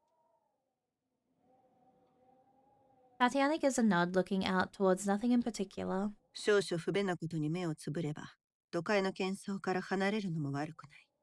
毎日大学に通うには遠すぎるかな。With Yonohara wanting to talk with Honoka in person, Tatiana obliged her with a means of transport. Everything was carefully set up for a happenstance meeting, which was nothing of the sort. We walked the street beside the cemetery to pass the time, needing to stretch our legs after the trip. All the while, we take care to remain out of sight of Honoka and out of earshot of Yonohara. I can tell that Tatiana's distracted, even her stoic face betraying something nagging at her. She's felt the same thing I did about this place. Yet Koru isn't bothered at all, giving a big yawn as if to accentuate the point. It has to be latent magic, a magic related to Yasue's ceiling if I had to guess. 依頼人のことも少しは調べてるんでしょ？ The atmosphere turns awkward, and I quickly realize I've outed myself as not being a local. 米原様はこの町では知らない者はいない魔術師だ。あの方くらいの年なら誰でもそうだがな。 From the どんな late に若く見え 19th ても century. 19世紀末の生まれだ。 Whoa. あるいはそう言われている。 Wow, she's like old. それくらいの年の魔術師に会うのは珍しいみたいだね。長い年月を経ると人は少しおかしくなる。長い寿命に耐えられないよう作られているのかもな。 Huh. ほとんどの魔術師は150歳ぐらいを境に人生に見切りをつけてしまう。人が生きているうちに見るものを思えば私にはまだ理解できないが、そういうものなのだろう。米原さんは普段ほとんど姿を見せないし、今までに聞いた話も全部あんたの言う噂ばかりなんだよね。あの方は隠遁生活を送っているからな。趣味や生活習慣、何を食べているのかすらわからない。その彼女が私たちの前に姿を晒し、雇いたいと言い出した時の衝撃を想像してみろ。 Interesting. それもどこの誰ともわからない若い女の子の世話をさせるためだもんね。 She gives a nod but doesn't elaborate. ねえ、少しも気にならないわけ？この仕事なんか変じゃない？ Red, blue, and green. Sorry, this is a serious moment. The colors are nice. I feel like red, blue, and green are always such a go-to like color dynamic. But it's so funny how many times we're seeing it repeat in everything that I play. 余計な詮索をして痛い目に遭う気はない。米原様なりの事情があってのことだろう。それにあの本を処分するいい機会だった。私が聞きたいのはカオルの意見だ。何か言いたくてうずうずしているようだが。 What's wrong?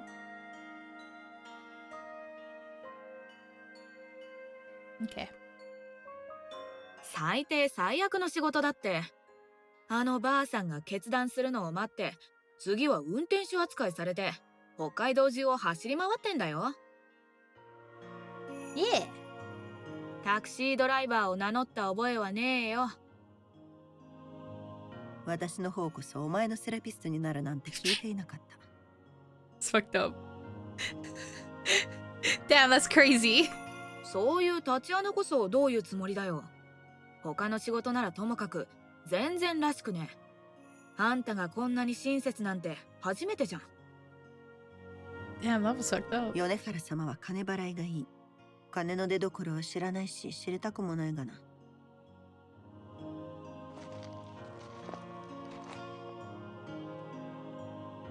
Boris suddenly rounds on Tatiana, stopping the woman in her tracks. そういうことじゃないって分かってんだろ。あんたいつから報酬にこだわるようになったんだよ。バーと気に入った服があれば満足してたじゃん。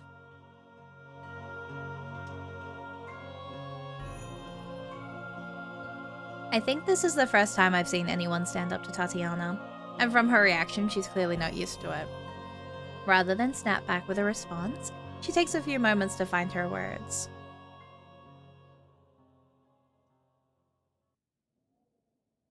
She takes so long that Koru and I both become confused.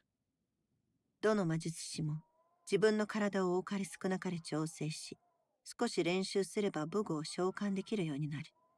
ただし、それよりも高度の魔術は珍しく、使用者固有の能力だ。私たちはそれを才能と呼んでいる。 Talent. 米原様はかつて私に才能を見せてくれた。本当の魔術の技を。私は恐怖し、何日も眠れなかった。 Okay. What is it? It'd take a lot to rattle her. In contrast to my concern, Koru simply blurts out what's on her mind. それでどんな才能だった？ That was a bang. Okay. 一般人の社会のことは知らないが、魔術師は互いの秘密を守るものだ。Oh my god, just fucking spill it, please. この仕事から降りたいなら聞かせてやろう。聞いて今すぐ帰るといい。だが私は一人でも続ける。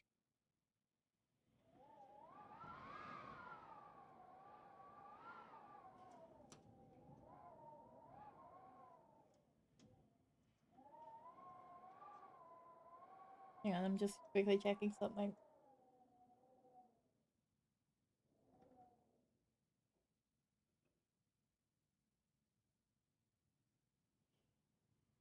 Laura gives her proposal the briefest thought before sighing and scratching her hair in frustration. あんたと違って私はお金が大事でね。Moot. 前回十分に稼いだだろう。全部競馬で吸った。On the horses? She's got the fucking gotcha game too? Oh my fucking god, we're all losing. 米原さんとお姫様の話はここまで。タクシードライバーに戻るよ。Everyone's playing the damn horse game but me. Laura slinks away, hands sunk into her pockets like a sulking schoolchild. My raised eyebrow at Tatiana afterwards earns a confused rebuke. その表情は何だ？私に同じ提案はしてくれないわけ？お前が独りよがりなゲームをしているのは分かっている。だが、思っているほどうまくいっていないようだな。Girl, if you cave, I will also cave. I know we are literally holding each other, like, through this by, like, sticks. Like, we are picking a god and praying for this one. 私が信用できないってこと？信用に値するか、見せてもらうのが先だ。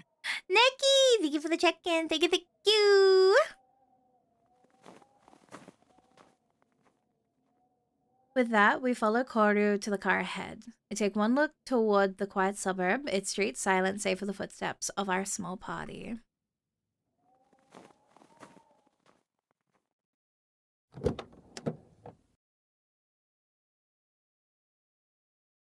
Tatiana hurries to hold the door back open for the approaching Lady Yonohara, her black shawl covering the brilliant vermilion kimono underneath. I make sure to slip in unseen from the other side, lest Honoka notice me. With a turn of the key twice over, the engine finally wakes up from its slumber and wheezes to life. Perhaps it's from nerves around Yonohara, or simply the icy conditions. But Koru's driving proves unusually careful today. Welcome home!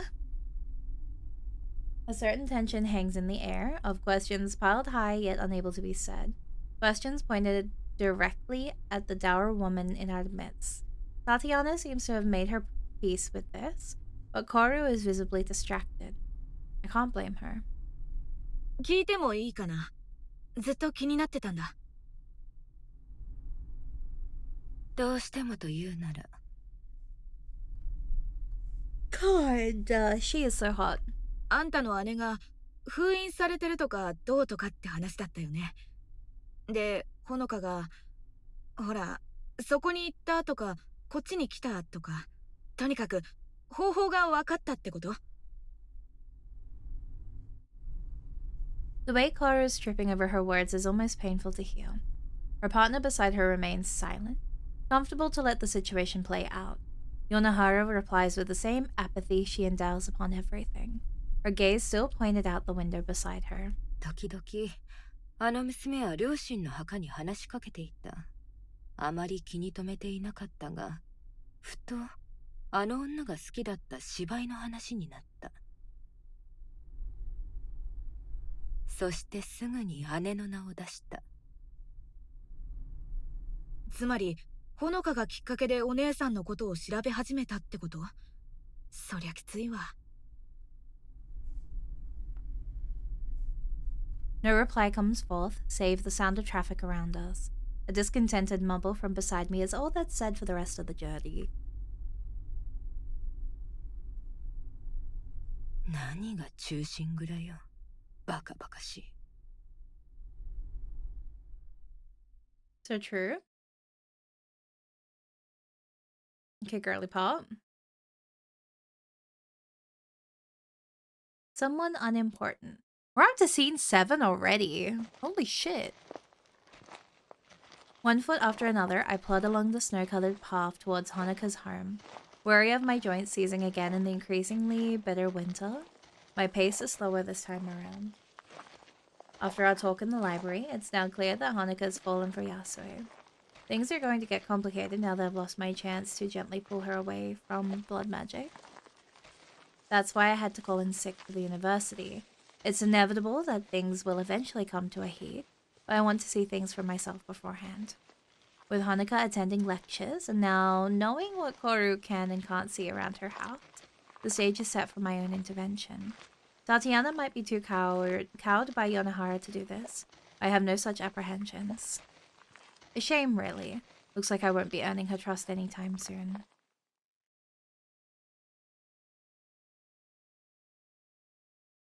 Reaching Honoka's house, I carefully maneuver around the back and out of my co-worker's line of sight. Neither of them need to know about this. It'll be easier for everyone if they don't.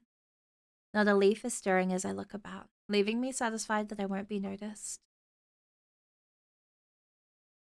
With that, my eyes close and my thoughts turn inward. This is a risky thing to try. I don't completely understand the nature of Honoka's blood magic, nor how she finds Lady Yasue.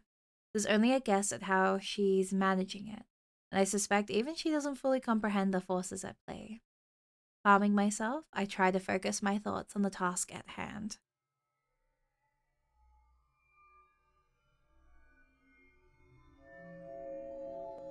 Oh, you are magic!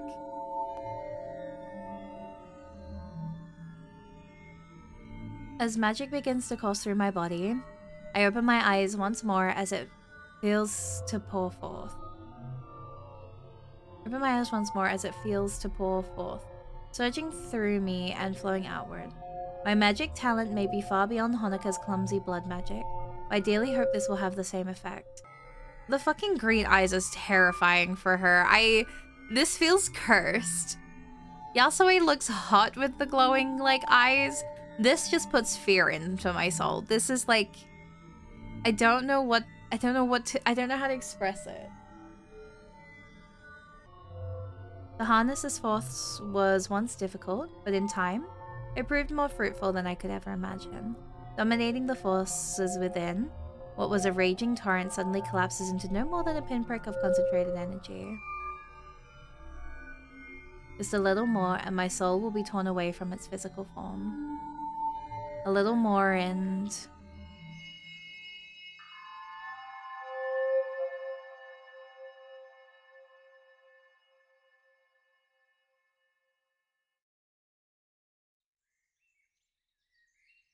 Oh! Soft grass gently presses against the back of my head, my dazed eyes opening to a brilliant blue expanse. Suddenly realizing this isn't where I was, far from the maudlin grey sky of winter, I scramble to my feet. Startled birds nestled in the trees around me fly off squawking, the peace of the forest disrupted by the rude intruder. Stupefied by what's just happened, I am reduced to glancing about at my surroundings. All I can do is mumble whatever is on my mind as I glance around in disbelief. The warmth, the green tips of the trees around me, I couldn't be further from the winter's chill if I tried. Give me 2 seconds, chat.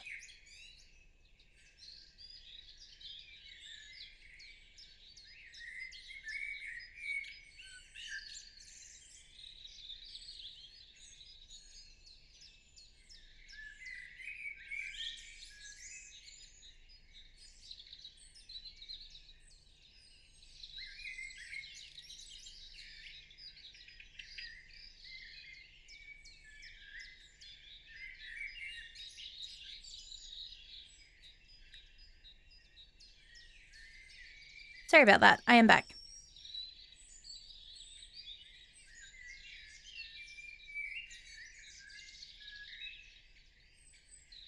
Completely done. My body feels heavy as I try to pull myself together. My head feels like it's swimming, probably an after effect of being pulled into this place. This must be where Honoka is escaping to each night. I'm at a loss for words as I look about the thick forest. The sounds of insects and birds playing on the edge of my hearing. It's no wonder Tatiana and I felt something was off. The sheer amount of magic to create such a place must be incomprehensible. My theory held true. We felt traces of this magic due to the incredible amount being expended here. The moment my soul left its body, it fell into the well of concentrated magic, as if pulled in by gravity. Just the same way that Honoka, likely unintentionally, does with her blood magic.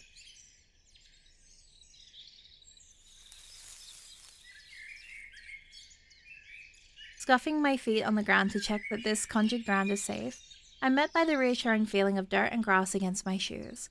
As much as I'd like to play in this strangely familiar world, I know I need to move on.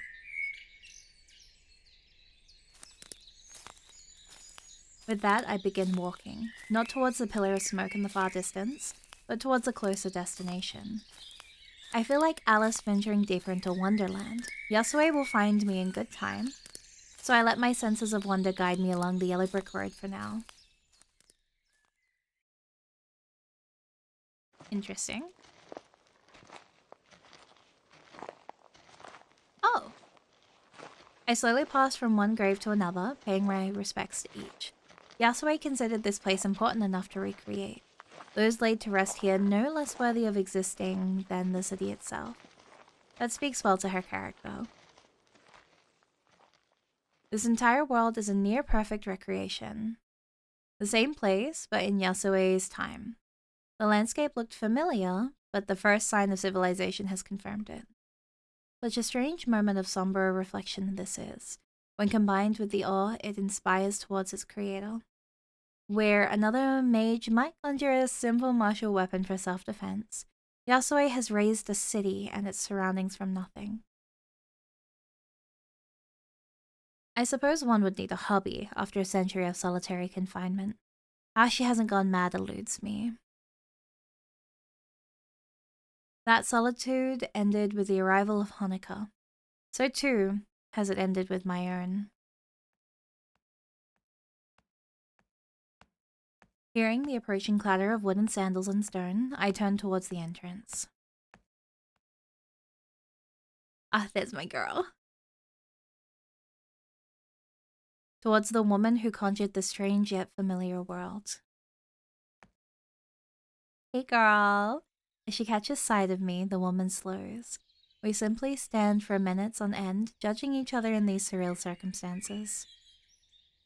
Her eyes betray the long-lost joy at the company of another, tempered by the ache of a lonely heart.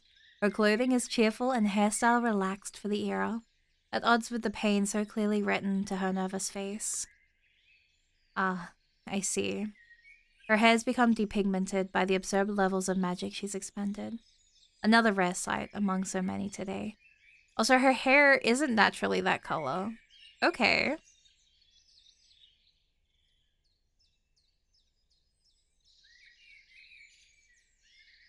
Interesting. Yasue tries to speak, but the words fail to come. I offer an unassuming smile in response before strolling past her. To say I don't have anxiety about being in the domain of such a powerful mage would be a lie. I do my best to mask it with casual indifference. どこへ行くのかしら。私たちみたいな人間は墓地にふさわしくない。魔術で死者を冒涜することになる。Crazy? Not hearing any footsteps from behind, I pause and turn back towards her. ねえ、ついてこないの？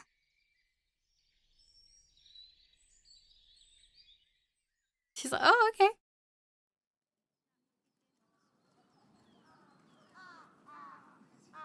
It's a long way into the town, the day wearing on into sunset as we walk.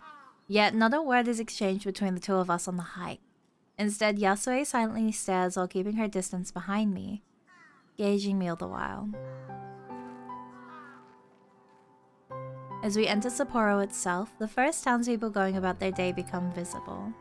It's quite a sight. given the splendid mixture of Japanese and foreign fashions. The era could only be the early 20th century, the styles are unmistakable. I thought she was alone in this world. Perhaps not. Struck by curiosity, I noticed a street vendor selling simple wooden toys from a stall at the side of the road.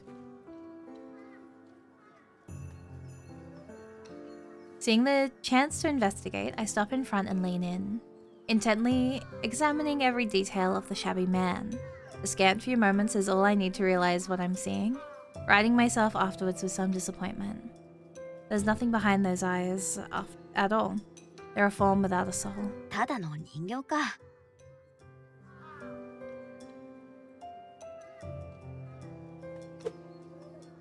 Realizing there's little point in bothering to interact with this Potemkin village, I pick up a wooden toy from one of the stall's trays, a ball attached to a handle by a string, and begin idly fiddling with it. Sometimes I get the ball into the cup, more often not. Yasue is an odd person. Her experiences have left her more anxious of me than I am of her. I feel more emboldened around her now, given how little she lords her power over me. 大抵の魔術師は剣や槍を出すのが精一杯なのに、よくもこんな細部まで鮮やかな街を作り上げたもんだね。感心するよ。Soon growing bored of the children's toy, I place it back on the stall and turn back towards her. でも、そんなことができる魔術師が封印されてから1世紀経ったとはいえ、現代に至るまで知られていないのは腑に落ちない。Hello, Sarasama, hello! 私は安江さんでしょ。それくらいは知ってる。では、あなたはただの通りすがり、そよ風みたいなものだと思って。でも、あなたは超のつく重要人物だ。なんと言っても、純真な乙女の心を奪ったんだから。Of an innocent maiden is crazy. Ari, I am well. I hope you are doing well yourself. Oh, she's not happy with that. The peaceful, if slightly anxious, look in her eyes disappears in a flash, replaced by a fierce resentment. I reflexively back off at the sight, chest tightening with sudden fear of the woman. 心配しないで。あの子に危害を加える気はないから。ほのかちゃんは素敵な子だよ。Jesus, she just guard dogged that. The fire slowly leaves her as Yasue realizes the honesty in my words. Taking the opportunity, she lets down her guard. I decide to push the matter. それが私がここに来てあなたと話したかった理由。私はほのかちゃんに害が及んでほしくないと思ってるけど、安江さんも同じ気持ちなのかな。She will eat you. Insane sentence, and I can't reply to that one, but how I was going to, but insane sentence. So true. She simmers, but silence is the only reply. I hardly expected an answer. I have no right to demand one from her, and even asking is untoward of me. あなたはすべてを知っているのね。ほぼすべてかな。では、本当の魔術を使えるなら、あなたなら。My evasive look away doesn't go miss. 助けてあげたいのは山々だけど、わからないことがたくさん残ってる。今はまだここを突き止めるのがやっとだから。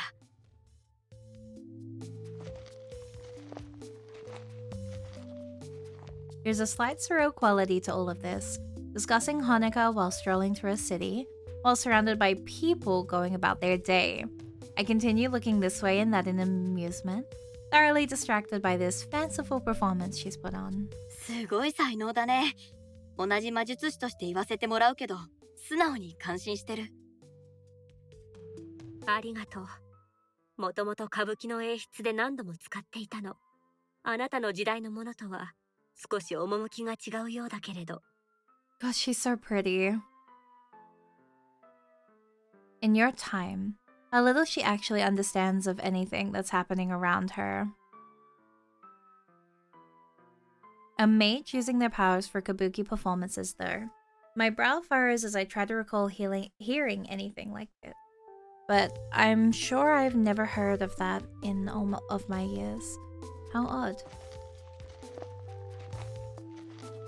あなたは現実世界のほのかを知っているんでしょ？あの子は大丈夫なの？大変な思いをしているようだから、どうにか元気づけたいけれど、素直に話してくれないの。With that, we abruptly stop in our tracks. She was going to come up eventually, and it's for the better that it was from Yasue. 厄介な質問をするのが得意なんだね。わざわざ聞くってことは見当がついてるんでしょ？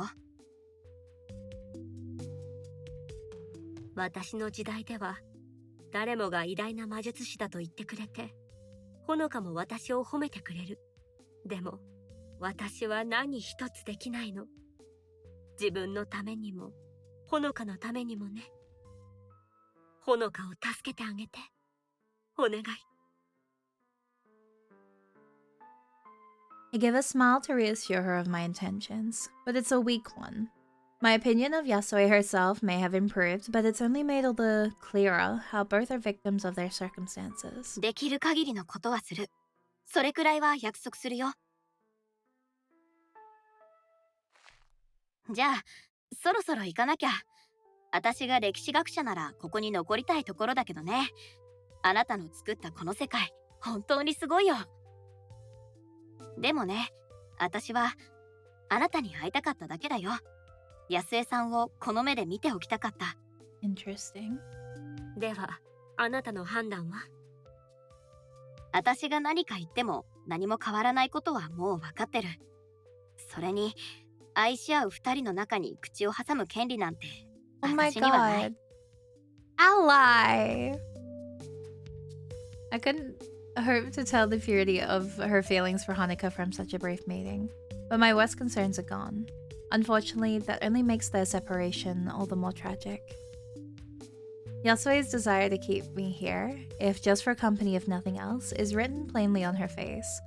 Yet, we both know she can't prevent me from leaving. Not like I can help her escape this place, and I'd better not dawdle either. It'd be awkward if someone were to find my lifeless body in the real world, especially if it were Hanukkah herself. As I let go of the grip my magic has on me, the now familiar feeling of soul transference twists and distorts my senses. It's an unsettling feeling, one I could never quite get used to, and one I feel sorry for Hanukkah being forced to experience so often. As my sense of self withers and wanes, one last thought comes to an end as I leave this world. I found what I came here for. Okay. Crossing the Rubicon. Rubicon. Scene 8. Oh my god, I'm cooking today. The library is quiet once more, the shuffling of another book sliding between its neighbors on the shelf, only heard by myself and one other. The image of Yasue plays on my mind, all the more so now that I have Hanukkah sitting right behind me. As sorry as I feel for Yasue, there's nothing I can do. I rather doubt there's anything Hanukkah could do either. From holding out the false promise of escape for Yasue, to Hanukkah's only escape from the grief of this world being in her arms, Yasue's attachment to her only hurts them both. Hanukkah's too tied up in her own mind to see outside the walls she's built around her. Yasue, though, I'd have thought she'd know better. I'm broken from my thoughts by barely overheard mumbling from the table behind me. Oh, she's going through it. 夏も冬ももはや私を傷つけることはない。暑さも寒さも感じられないからだ。兄弟よ、希望は等しく虚しい。She surely hadn't intended for me to hear that, but it's as good as an excuse as any to try and strike up a conversation. The window feels like it's narrowing for anything but drastic action. その本好きなの？ She looks a little shy, but reluctantly イ replies. ザベラ・ディ・モーラの詩集。注釈が書かれていて、時々読んでるの。へえ、そうなんだ。イザベラを知っているの？全然。にしてもよく読めるね。それ、イタリア語で書いてあるんでしょ？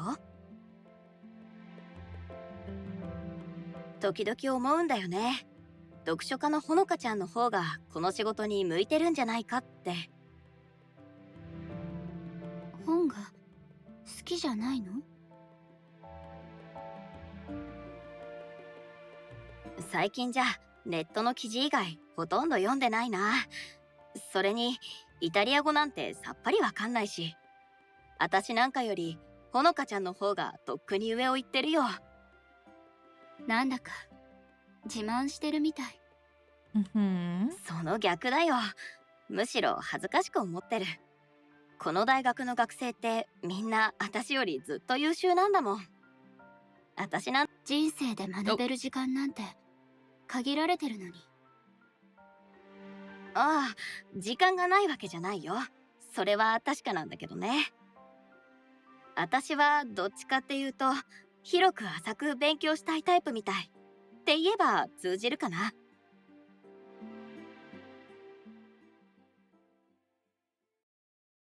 Monica's response is to look past me and out the snow-covered window. Once again, I find myself unable to keep a grasp on Hanukkah before she slips away into introspection once more. Center it! Hang on. Hang on.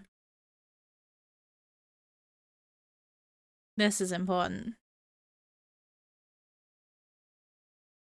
That's like literally the most important thing, you know what I mean? Like, that's crazy. What the hell?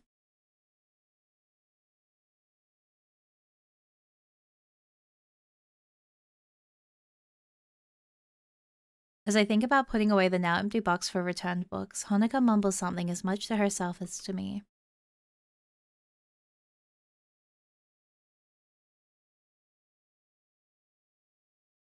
どうしていつもそんなに明るくいられるの？ In all the time we've been together, the moment I look back to her is the moment I realize is the first she's spoken from the heart.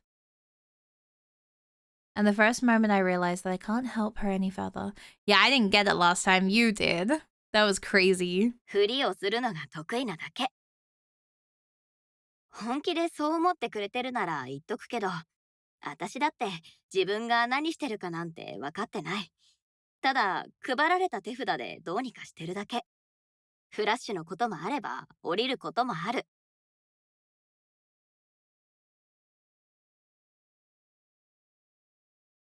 A horrible silence echoes about the room, louder than any batch of students who'd pass through. She thinks over my words in earnest, rolling them over in her mind behind a lowered gaze. Oh my god, I caught it! Oh my god! Oh my god, oh my god, oh my god. It's for me! I have center it. Good. Perfect. Yippee! What were you doing? There's nothing there. No reaction nor spark of hope. Just a pit.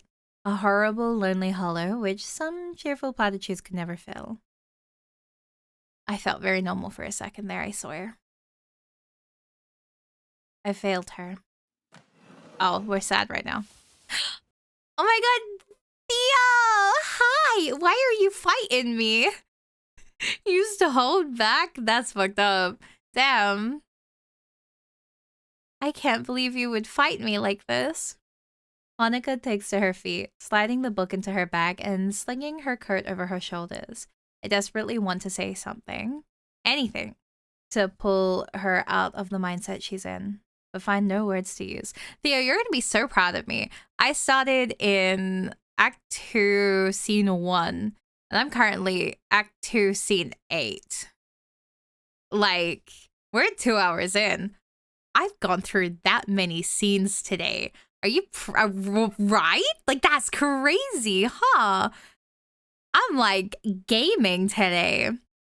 for making me roll so bad last C&D game. The way that all of your rolls, I was sitting there just like crying internally. Between you and Michael, I was like, oh my god, I can't fix this. What do I do? I was like losing my mind. I was like, I can't do anything. This is out of my control. I can't control the dice. What do I do? And that's why that encounter took like double the time, is because two of our like hard-hitting spellcasters couldn't spellcast. I was going through it. Why are we fighting me? Damn, what the hell? You all suck at it too. Holy crap. 変なことを聞いてごめんなさい。深い意味はないの。今日中に済ませたい用事があるから帰るね。Rolled a miss. Yeah, the 1 and the 2 was insane. 気にしてないよ。じゃあね、ほのかちゃん。It's okay, we got out all of the bad rolls then. And that's all that matters. また。 You know what I mean? I fall silent as she shuffles out of the room, eyes studiously avoiding mine. Wow, I can't read. As I hear the door open, I pluck the phone from my pocket. The fear of what might happen from doing this is now outweighed by my fear for Honoka herself.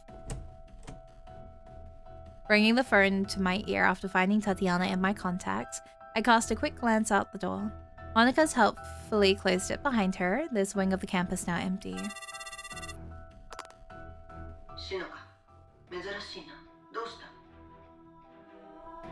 Tatiana's curious voice sets my heart racing. I don't know how long we have. Perhaps this is already too late. 今すぐ行動に移そう。米原さんがどう言おうと構ってられない。どうした？何かあったのか？ほのかちゃんが。You got emotionally attached. とんでもないことをしでかしそうで怖いの。私たちの手で止めなきゃ。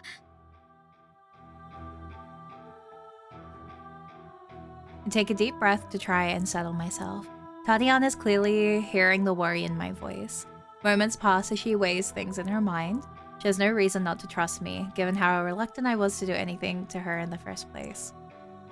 わかった。私に任せろ。米原様に話をつけて、薫に車を準備させよう。迎えに行くから準備しておいてくれ。わかった。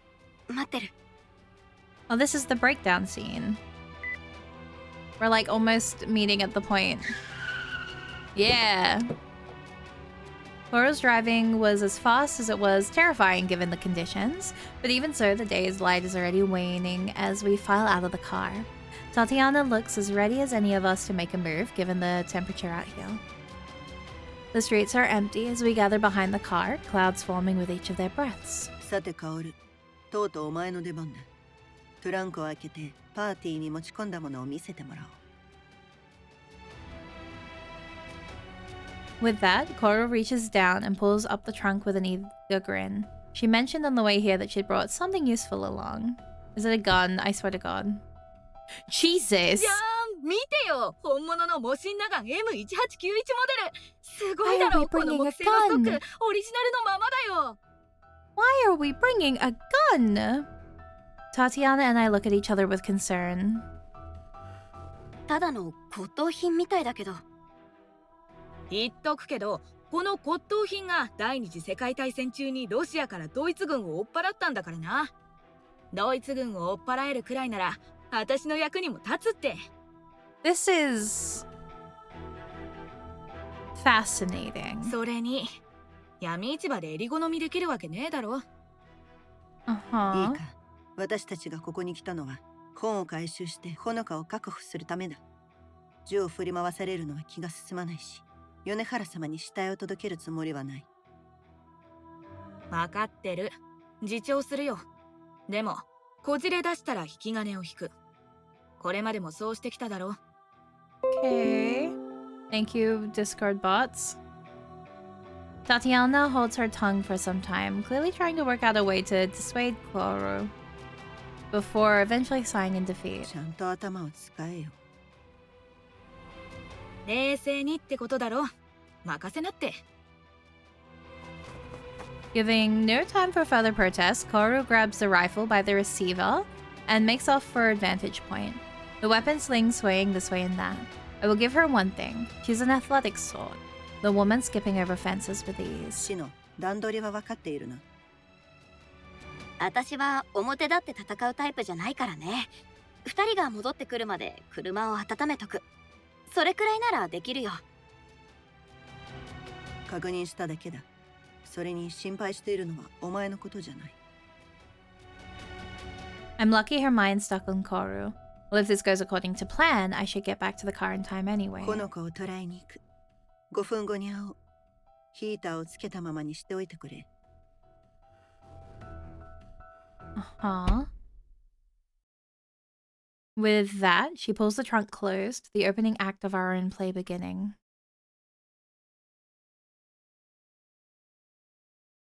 Okay.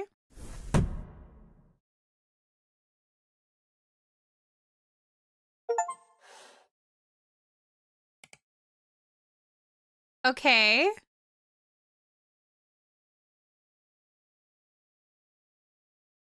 Act 3, Scene 1, the end of all things. That's an interesting transition. Okay. I got so confused for a second. Okay. What? I should have awoken in a pool of blood to a cold room. Instead, warm grass gently brushes against my face. For a moment, I simply lay where I am and savor the warm feeling. From firm wood below my feet, I awake to soil and flowers pressing to my cheek. The smell strikes a chord of nostalgia, reminding me of my childhood and crouching in the gardens with my... Suddenly restless, I take to my feet and begin the routine of rewrapping my bandages and fixing up my glasses to distract myself. I'd rather Yasue not find me with my arm like this in any case. As I complete my fussing, a sigh escapes, one of odd relief. This might not be the end, not yet, but it's finally in sight. The smoke of industry rises from the direction of Sapporo, or Yasue's imagining of it. I step forwards, then pause. No, I'll head there in a few moments. I have something I need to do first. Stealing my heart, I turn about and walk away from the city in the distance.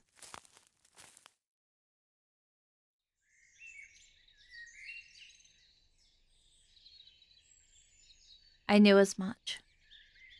The cemetery on Sapporo's outskirts has existed for easily 100 years. The area may be smaller and the gate rather less ornate than it is in the modern day, but the dead lie burial the same. It's incredible how Yasue recreated such a vast area. The plot I stare at before me is empty, little more than a nondescript patch of grass. It'll be filled in 100 years' time. Even without the gravestone, it feels no less significant. I don't believe in any afterlife, nor any sort of spiritual ideas. Not for lack of trying either. Yet the grief I feel as I stare at this meaningless plot of land is no less real, and cuts no less deeply. If I can't stay in this world forever, then at least I'll stay as long as I can, together with the one person who loves me. Okay. おかしいよね。誰かの作品をあんなに読んできたのに、いざ自分の言葉で語ろうとしたら、何も思いつかないなんて。母さん、父さん、ごめんね。私は強くなれなかったよ。もうすぐ、そっちに行くからね。With that, I admit my sin in words not only to them, but to myself. In a few hours, I'll be gone. My body in the real world left bleeding out is in that silent house. How strange. Now that I've finally let go, I feel a sense of serenity I've never felt before. Knowing that the weight of living, of enduring this tiredness, will finally be shrugged off is peaceful. I can finally let go.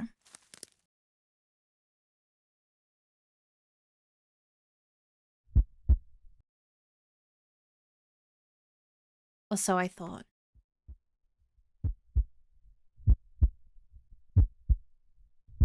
All thoughts stop as I look back up, my blood running cold at the sight before me. This should be impossible, and yet...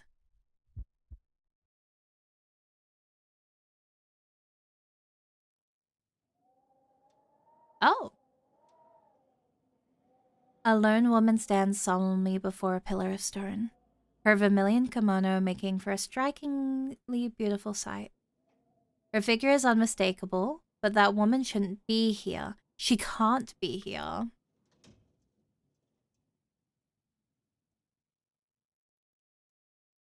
I'm like, hey. Slowly, gracefully, she turns about. Every fear is realized as I see her face. How is Yonohara before me? This isn't meant to be possible. This world's meant to be for Yasue and I alone.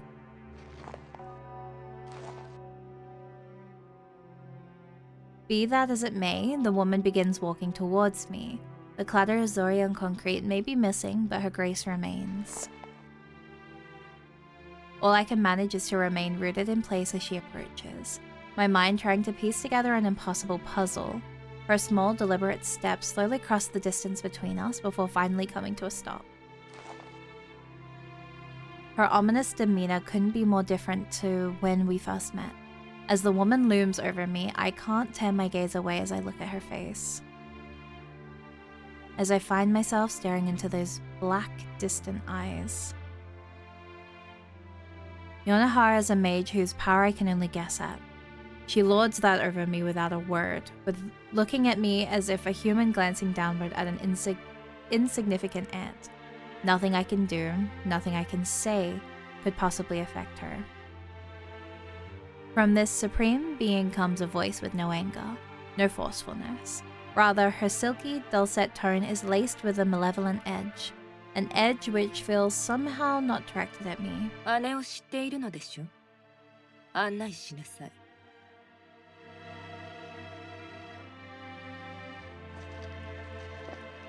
Oh. This isn't good. The long walk from the cemetery back to the city is a silent one, and perhaps one of the most surreal I've yet taken. It's only as we enter the city that I feel I can breathe given the tension. Yonohara following behind me in total silence. The townspeople around us go about their day, mindlessly repeating their routines. They have no comprehension of how wrong this situation is, nor who my companion might be. I can only imagine what my companion thinks of the sight. How did she even get here? What are her intentions in meeting her sister after so long? Surely she could have found Yasue without me, so why have me lead her? My mind buzzes with questions, but I can't bring myself to look behind me. The hairs stand on my neck even thinking of her. So dark is the aura coming from the woman. Turning the corner around a building into the main road, I see the thankfully familiar figure of Yasue in the distance. Her reflexive smile when she catches sight of me is broad and genuine, worn without so much as a second thought. あ、ほのか、伝えたいことが。Upon noticing my expression, however, her face collapses into concern. Hey! Then her eyes shift over my shoulder. Unable to hold back at the sight of her, I sprint forward to Yasue's side without so much as a glance backwards. I quickly shift behind her, taking some small comfort in having her by me. ごめんなさい、連れてきてしまって。いきなり現れて、私。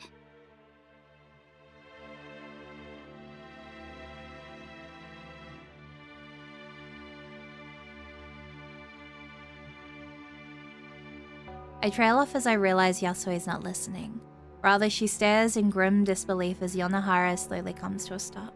She doesn't move, nor blink. She hardly even breathes as she lays eyes on the one who sealed her away. I can only imagine what's running through Yasuo's mind after so many years, after so cruel an act. 久しぶりだこと。100年よ。100年もの間、あなたが生きていただなんて。Katsuko. I'd expected Yasue to show some sense of fear or perhaps simple shock. Instead, her voice takes on an eerie and unfamiliar tone, a dark and ominous shape, just faintly visible below the surface. 元気そうね。濡れば色だった巻毛はともかく。She had... Your raven looks like she had black hair too. Okay. あなたを妹だと思っていたのよ。父親が違っても、私は本当の妹だと思っていたわ。なのにどうしてこんなことを？たくさんのものを失って信じていた者たちへの復讐だというの？あの冬の日を忘れたことはない。 Jesus Christ. あなたもでしょ？あの熱や灰になった命のためだけじゃない。私が人間を見限った日だからよ。Jesus. 村の人たちが火災の罪を私に押し付けた途端、最初は反対していた人たちも結局奴らに加担した。あなたさえも。I don't know if it's my interpretation or a genuine slip of Lady Yonohara's composure, but a note of melancholy hangs on the air with those two forlorn words. あなたの魔術を見たわ。たとえ偶然であったとしても、あなたが原因だと思われるのは当然だと思うわ。勝手にそう思っているといいわ。少なくとも自分を納得させられるでしょうから。人一人なら単なる気まぐれもあり得るでしょうね。でも人間の本質は同種と群れることよ。より大きな全体の一部となった途端、人は全体に判断を委ねようとする。自分が何を言っているか分かっているの？こんなことをして自分がまだ人間だとでも思っているの？私が人間だと思っているかですって。 Insane. あなたには本当にうんざりよ。I'm struck by Yasue's tone, being unlike anything I've heard before. Neither give but one thought to my presence, meaningless as it is. 今さら驚くことじゃないでしょ。どうせ私のことなんてこれっぽっちも分かっていなかったんだもの。あなたは魔術師として育てられたわけじゃない。つまらない庶民の無意味な考えをありがたがるのも当然ね。村は火災の後も私を追い出そうとはしなかった。でも内気で孤独で、そして魔術師である者への不信の種はまかれてしまった。やがて私は不公平というほかない結論はすでに決まっていたことだと理解したわ。社会だなんて忌まわしい概念よ。個人の考えを全体の考えに置き換えるんだもの。それを何よりもはっきりと示してくれたのが姉さん、あなただったわ。Should we be here right now? What a cruelly indifferent calculus she applies to others. あなたは怪物よ。家族にこんなことをするなんて。憂さ晴らしのつもり？そうまでして誰かを攻撃したかったの？自分の悲しみすら否定される辛さをあなたはまるで理解していなかった。そして人々がそこにつけ込もうとすることも Right, the girls are fighting. 学ばなかったようね。あなたがまだ生きていると知って思ったの。他人を幸せにすることで自分の価値を測ってきた者が他者と関わらない私の人生を与えられたらどう変わるのかしらとね。When I learned you still lived, Yonohara thought she was dead? Then when would she have... 実は最近友達ができたの。人付き合いが苦手な私にもニコニコと話しかけてくれてね。いろんな出来事や好きな歌舞伎の演目なんかを聞かせてくれる。年上だけど優しくて、名前は安江っていうの。When I tried talking to my parents' grave, Lady Yonohara was there. I'm the one who led her here. This is all my fault. もっと楽に生きればよかったものを、まさかあなたが他人の心に入り込み、絶望のあまりその子をたらし込むなんてね。違う、私は。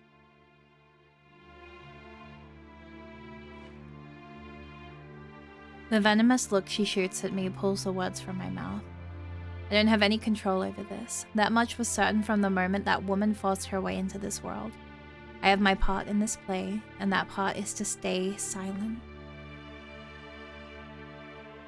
If Yonohara managed to find her way into this place, though, surely she could have done so when I weren't here. Did she want me to see this? I don't understand why she'd so dearly want to explain herself. あなたを妹として愛していただなんて、今思えば信じられないわね。皆があなたを憎むのも当然よ。すぐに私を殺せばよかったものを、こんな回りくどいことを。Yonohara looks confused for a brief moment, a look ill-fitting for her. She soon collects herself, her disposition changing. From her near emotionless lecturing comes a dry and mocking tone. 有り余る時間で多少は賢くなれたかと思っていたけれど、とんだ誤算だったようね。あなたの才能は存在しないものを作ること。その才能を見事に生かしてきたでしょう。私の力は存在するものを消し去ること。Training which does not exist, a skill you've put to use quite vividly. My power is in unmaking that which does exist. Huh? 簡単に言えば、あなたの存在を消し去って現実を変えたのよ。現実の世界に安江という名前の女は存在しなかった。それで解決したと思っていたのに。Oh. でも知らない間に矛盾を生み出していた。あなたの魂が変わらなかったからよ。この世界であろうと存在しないものに居場所があるわけがないもの。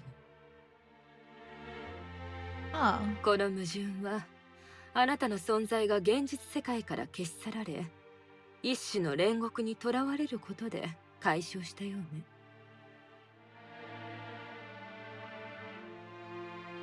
あなたが無意味なものだらけで埋めたこの虚無の世界よ。確かに私はあの世界からいなくなったかもしれない。でも私を愛してくれて覚えてくれている方々はまだ。友人や知人、恋人、家族のあなたにまつわる記憶は空白だけ。あなたの人生は皆の記憶の中で熱い霧に包まれ、決して思い出せない夢のよう。Lovers plural? Lovers plural? 存在しなかったものを覚えていられるわけがないでしょ。I'm glad that you and I had the same thought there. What do you mean lovers plural? Huh? At once, a tragic realization arcs through my mind. An image of the plaque at Yasue's venue. The reason it never mentioned her by name was because of Yonohara's magic.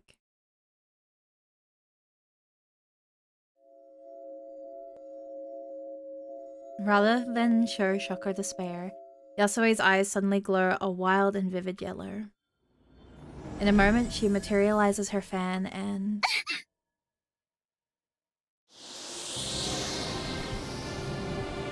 Yasue's dainty fan turns from a peaceful diversion to a weapon as she conjures a fierce burst of air with a mere sweep of her arm.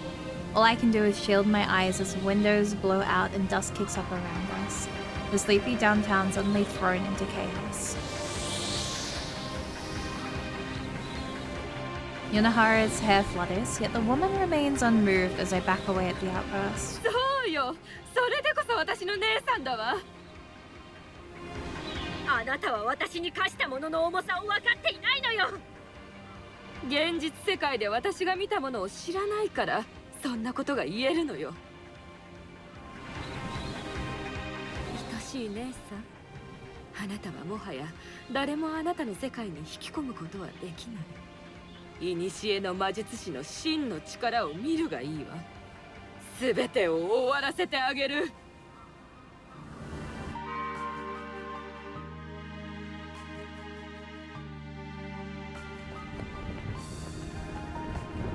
Yonahara's eyes open wide, her black eyes suddenly flashing a brilliant scarlet red. Her robes flutter about, and then...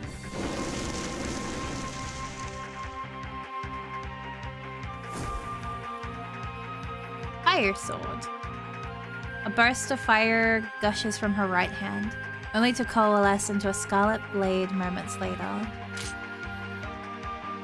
She grips the hilt tightly, leering down at the woman before her.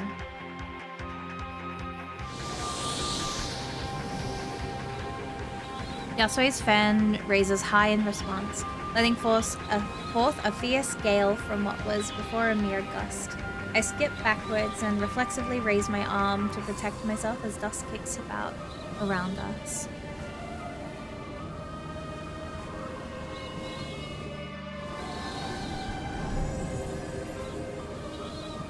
As I regain my sight, I see the people, conjurations, who had been going about their day disappear one after the other, the energy spent on them channeled into more destructive ends.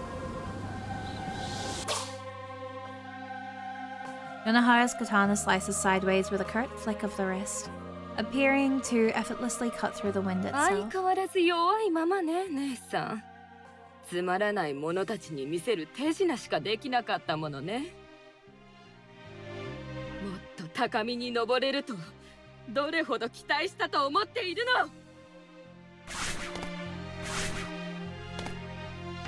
With that, she jumps back onto a sign, then again to a roof. Oh! No, go back to that one. No, go back to that one. Go back to that one.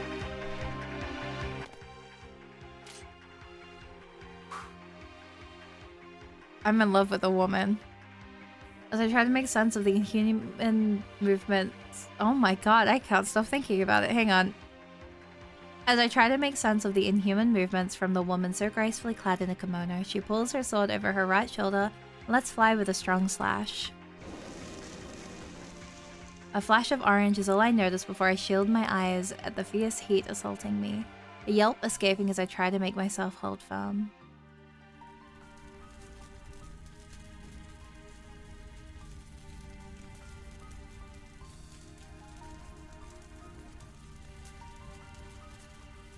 Lowering my arm, my breath is stolen by the sight before me. Sailing away the day for night, Yonahara asserts her will over this magic world, just as Yasue has. Fire is licking all about us. The fire is beautiful. My feet step back, once, then twice. Only now do I realize my body is shaking, the awesome spectacle before me hiding my physical fear. Feeling my knees starting to go weak, the briefest hint of weakness in my will is all my body needed to start running. Embers sting at my skin as I sprint through the streets, the frantic swinging of my arm to clear them proving no use. The air itself feels like it's on fire, the billowing smoke and ashes scorching my throat and searing my lungs. I don't understand anything anymore. I just need to get out of here. Everything in my body screams at me to run faster, every muscle pushing me onwards through the burning streets as echoes of hate-filled screams and breaking windows ring about. I have to get out of...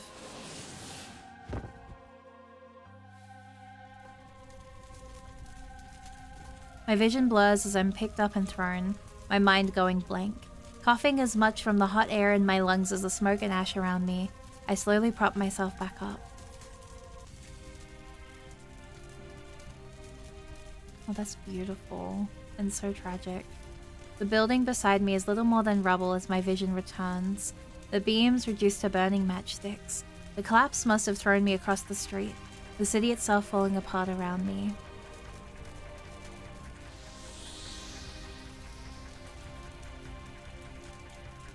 Yasue's scream of anger makes me look back to a sight which steals away all words.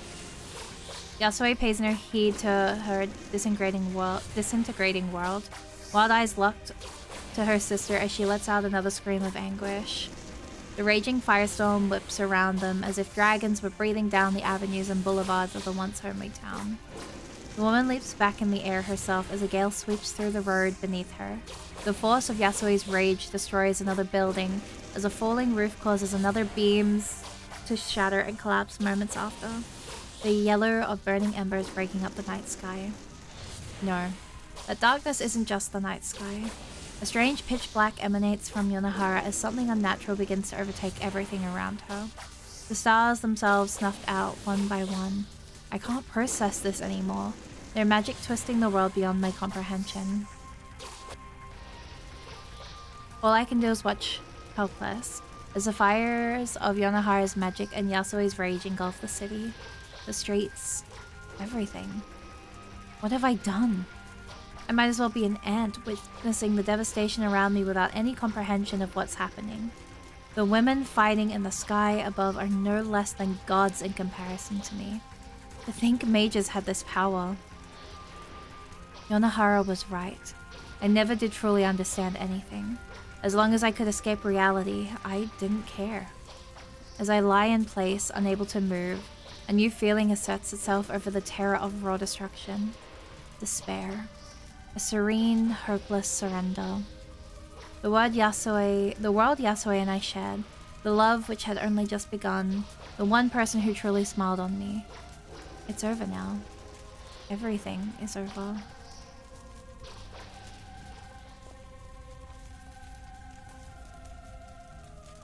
As I mourn the life I've lost, light footsteps on the dirt road skip up from behind me. Who? Hey, hey girl, hey. Shino-san, どうしてここに? I can't believe my eyes, reduced to spluttering in disbelief as I picked myself back up. Rather than twisted in fear, her face is set, graven and serious. She takes a step towards me, her right hand reaching out to my shoulder. I can't move an inch, my every sense and thought overwhelmed. Her grip on me is firm, yet her eyes betray something as she looks into my own. Regret? ごめんね、ほのかちゃん。 My mouth hangs open, but my words are stolen by a flash of her eyes. A vivid green fills her irises. The glow so fierce, it's difficult to look into. My heart skips as realization strikes. She knows a mage as well? The edges of my consciousness begin to fray, another terrible realization gripping me. This is the first stage of returning. She's pulling me out of this world. ダメよ、シノさん、やめて!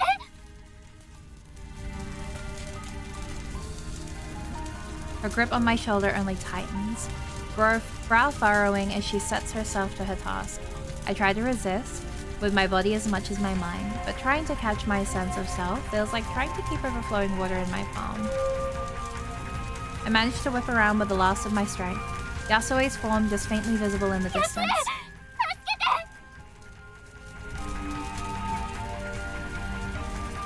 My hand reaches out and I see the barest glimpse of her looking back at the forlorn screen.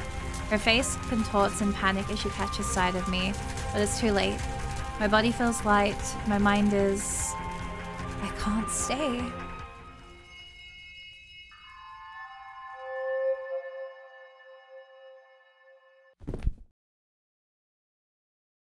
My body takes a deep breath reflexively. The scorching smoke of the Meiji world replaced by the cold, still air of the musty study. My chest heaving, I take it in as if it were a manna. I can only hope that Yasue will be alright. Wait, someone's here. My heart in my mouth, I frantically scramble to my feet. It seems we've shocked each other, both of us stumbling back in surprise. Черт, ты же должна спать.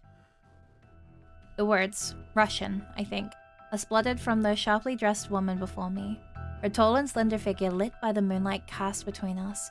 Her crude tone is a jarring contrast to her dignified appearance. I barely stop myself from crumbling in terror, already reeling from being forced from Yasue. Shino betrayed me, of all people, and now this?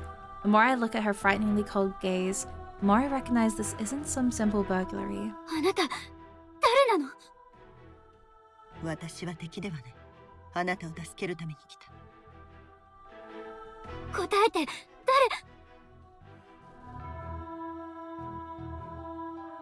I've seen her before.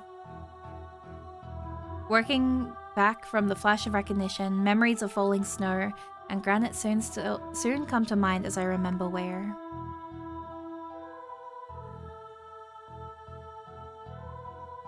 She's the one who held the car door open for Yonohara when she left the cemetery. あなた米原さんの手下なの？ Her silent scowl shows I'm on the mark. Yonohara's target wasn't just Yasue, but me as well.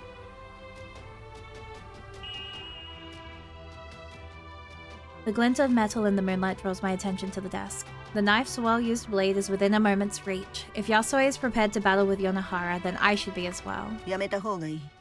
ライフルを持った仲間を外で待たせている。彼女の唯一の目的は私を守ること。嘘よ。はったりを言ってるんでしょ。試そうとしない方が身のためだ。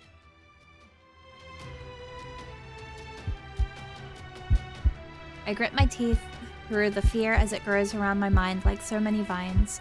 Every muscle in my body is tense to the point of pain, adrenaline coursing through what feels like every pore. I have nowhere to run, I have nowhere to hide. All I know about the woman in front of me is that she wants to take me away.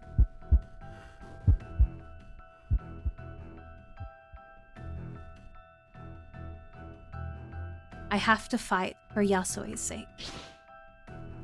With speed which surprises even myself, I lunge at the desk without regard for my own safety. If I can just get that blade, I can defend myself. Even as she reacts and begins to move, I know I can grab it before she'll reach. Oh!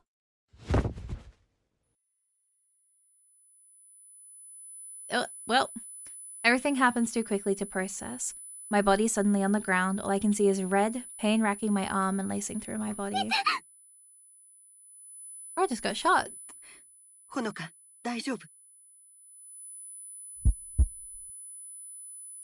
She's here. I can feel her reaching over me. She's going to take me. Oh, blood weapon.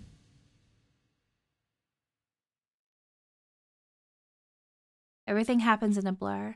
Suddenly finding myself back on my feet after lashing out at the figure.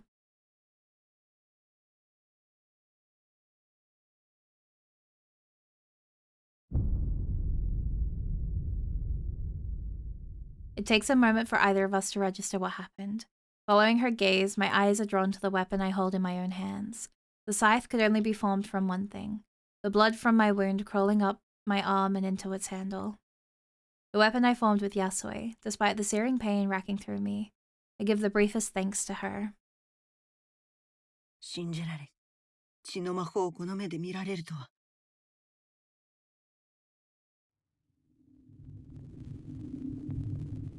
Our moment of bewilderment soon comes to an end, the gravity of the situation returning to us. Glance to my side shows the window now behind me, ruining the shooter's aim. The gunshot's pain ebbs away, overwhelmed by surging adrenaline. あなたが見ていい世界ではない。どれほど危険な状況か分かっているのか。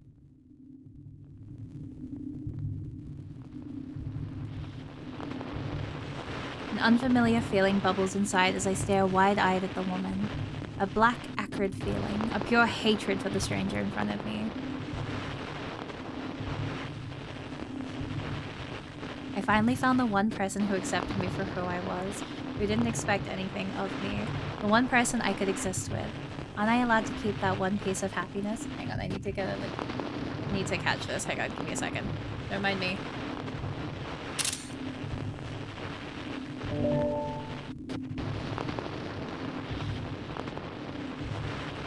That's for me, thank you. 安江を奪わせはしない。 Filled with fear and terror, I hold the scythe high and launch at her with the same fury as Yasui against her sister.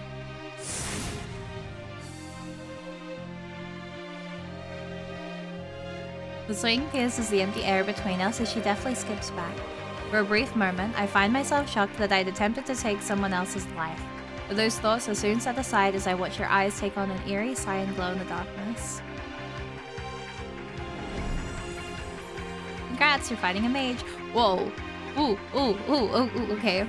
I realize another true mage stands before me as a long and ethereal polearm near instantly materializes in her hands. Its menacing blue blade at the ready. Her sharp gaze focuses on as much on my wound as my unsteady weapon. やっぱり米原さんの手下なんでしょ。ほのかやめなさい。血を失いすぎている。 It is wild to me that all of the others, when their eyes light up, have, like, shade in them. But when Honoka's light up, it's just like, bam, red. Like, there is no shade in that. It is just, bam, red. I guess there's, like, the tiniest little, like, there. But it's just, like, bam, red color. While theirs is a lot more defined. Like, everyone else's has had more definition.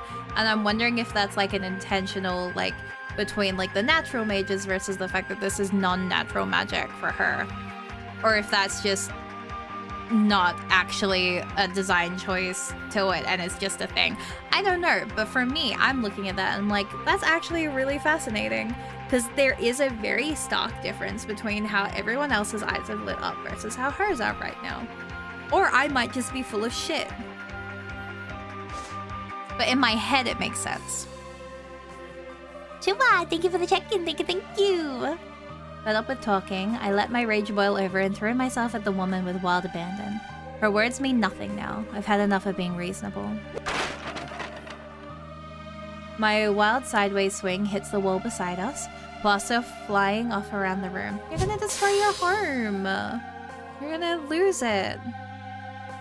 Frustrated by how clumsy my movements are, I make a returning swipe the other way at her midsection, only for a metallic clink ringing out as she parries the blow.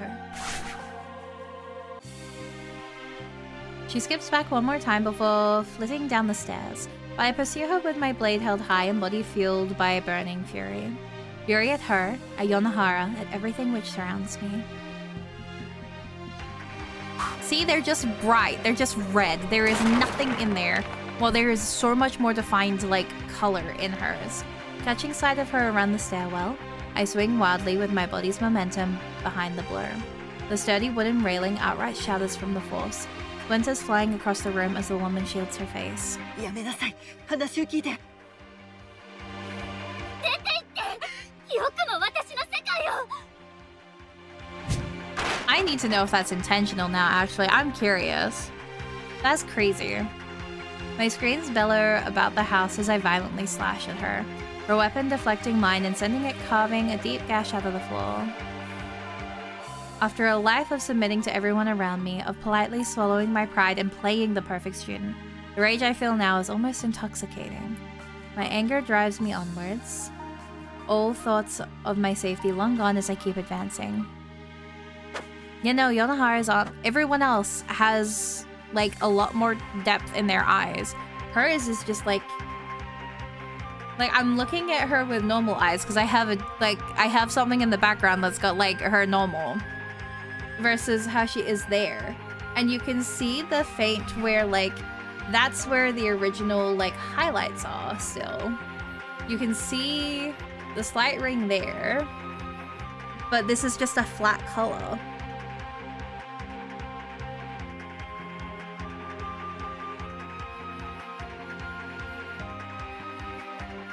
You still have the stream up? I never said anything about that. I don't know what you're talking about. Tip of her blade suddenly thrusts towards my left side, forcing me to pull my weapon back in fright. I clumsily try to bat it away, only for her to move to be a feint as she jabs again to my right. All I can do is stumble backwards to avoid the blow.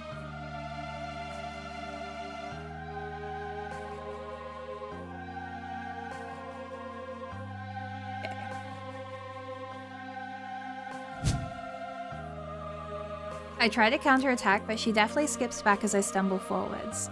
Her spear's tip circles menacingly in the air between us as I right myself, the woman waiting to pounce.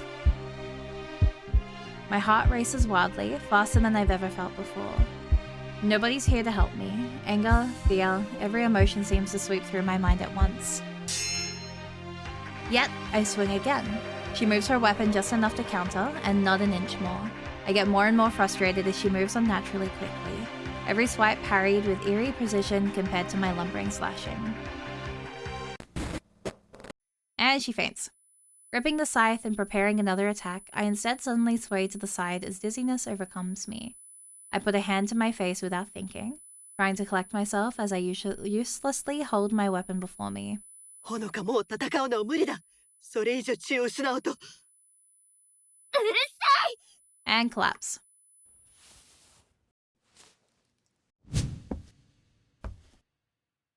I lash out at her, but my vision blurs as I try to attack. The weight of the conjured weapon suddenly becomes a problem as I stagger to try and regain my footing. Swaying about, I suddenly feel nauseous as my vision takes a second to catch up to my movements. Forcing my way on, my vision lags as I take another step towards the woman staring me down. Out of nowhere, a sudden sense of primal dread suddenly arcs through my mind, coming from somewhere deep inside me. Something's not right. Something's deeply wrong with... Honoka! Dunk. The scene before me suddenly shifts downwards as my legs collapse beneath me, sight blurring as I fall to the floor. A pathetic yelp of pain escapes as I hit the ground without bracing myself.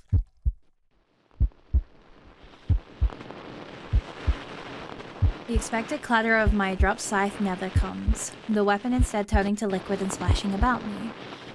With that, I'm left defenseless as the intruder looms above me. Yet, my fear of her is dwarfed by the strange feeling of dread welling up inside. I'm dying. My body is telling me that I'm dying.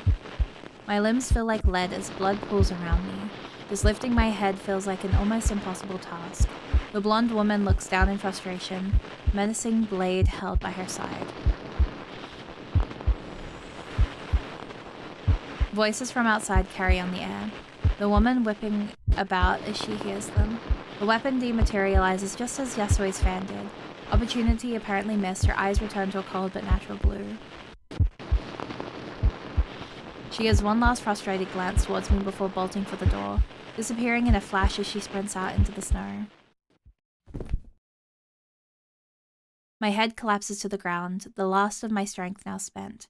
My eyelids feel more and more heavy as I fight to keep my eyes open. The shouting from outside turns to a barely audible murmur, my senses slowly shutting off. Everything feels wrong. I feel cold. As blackness engulfs me, I begin to fall, a fall which never ends.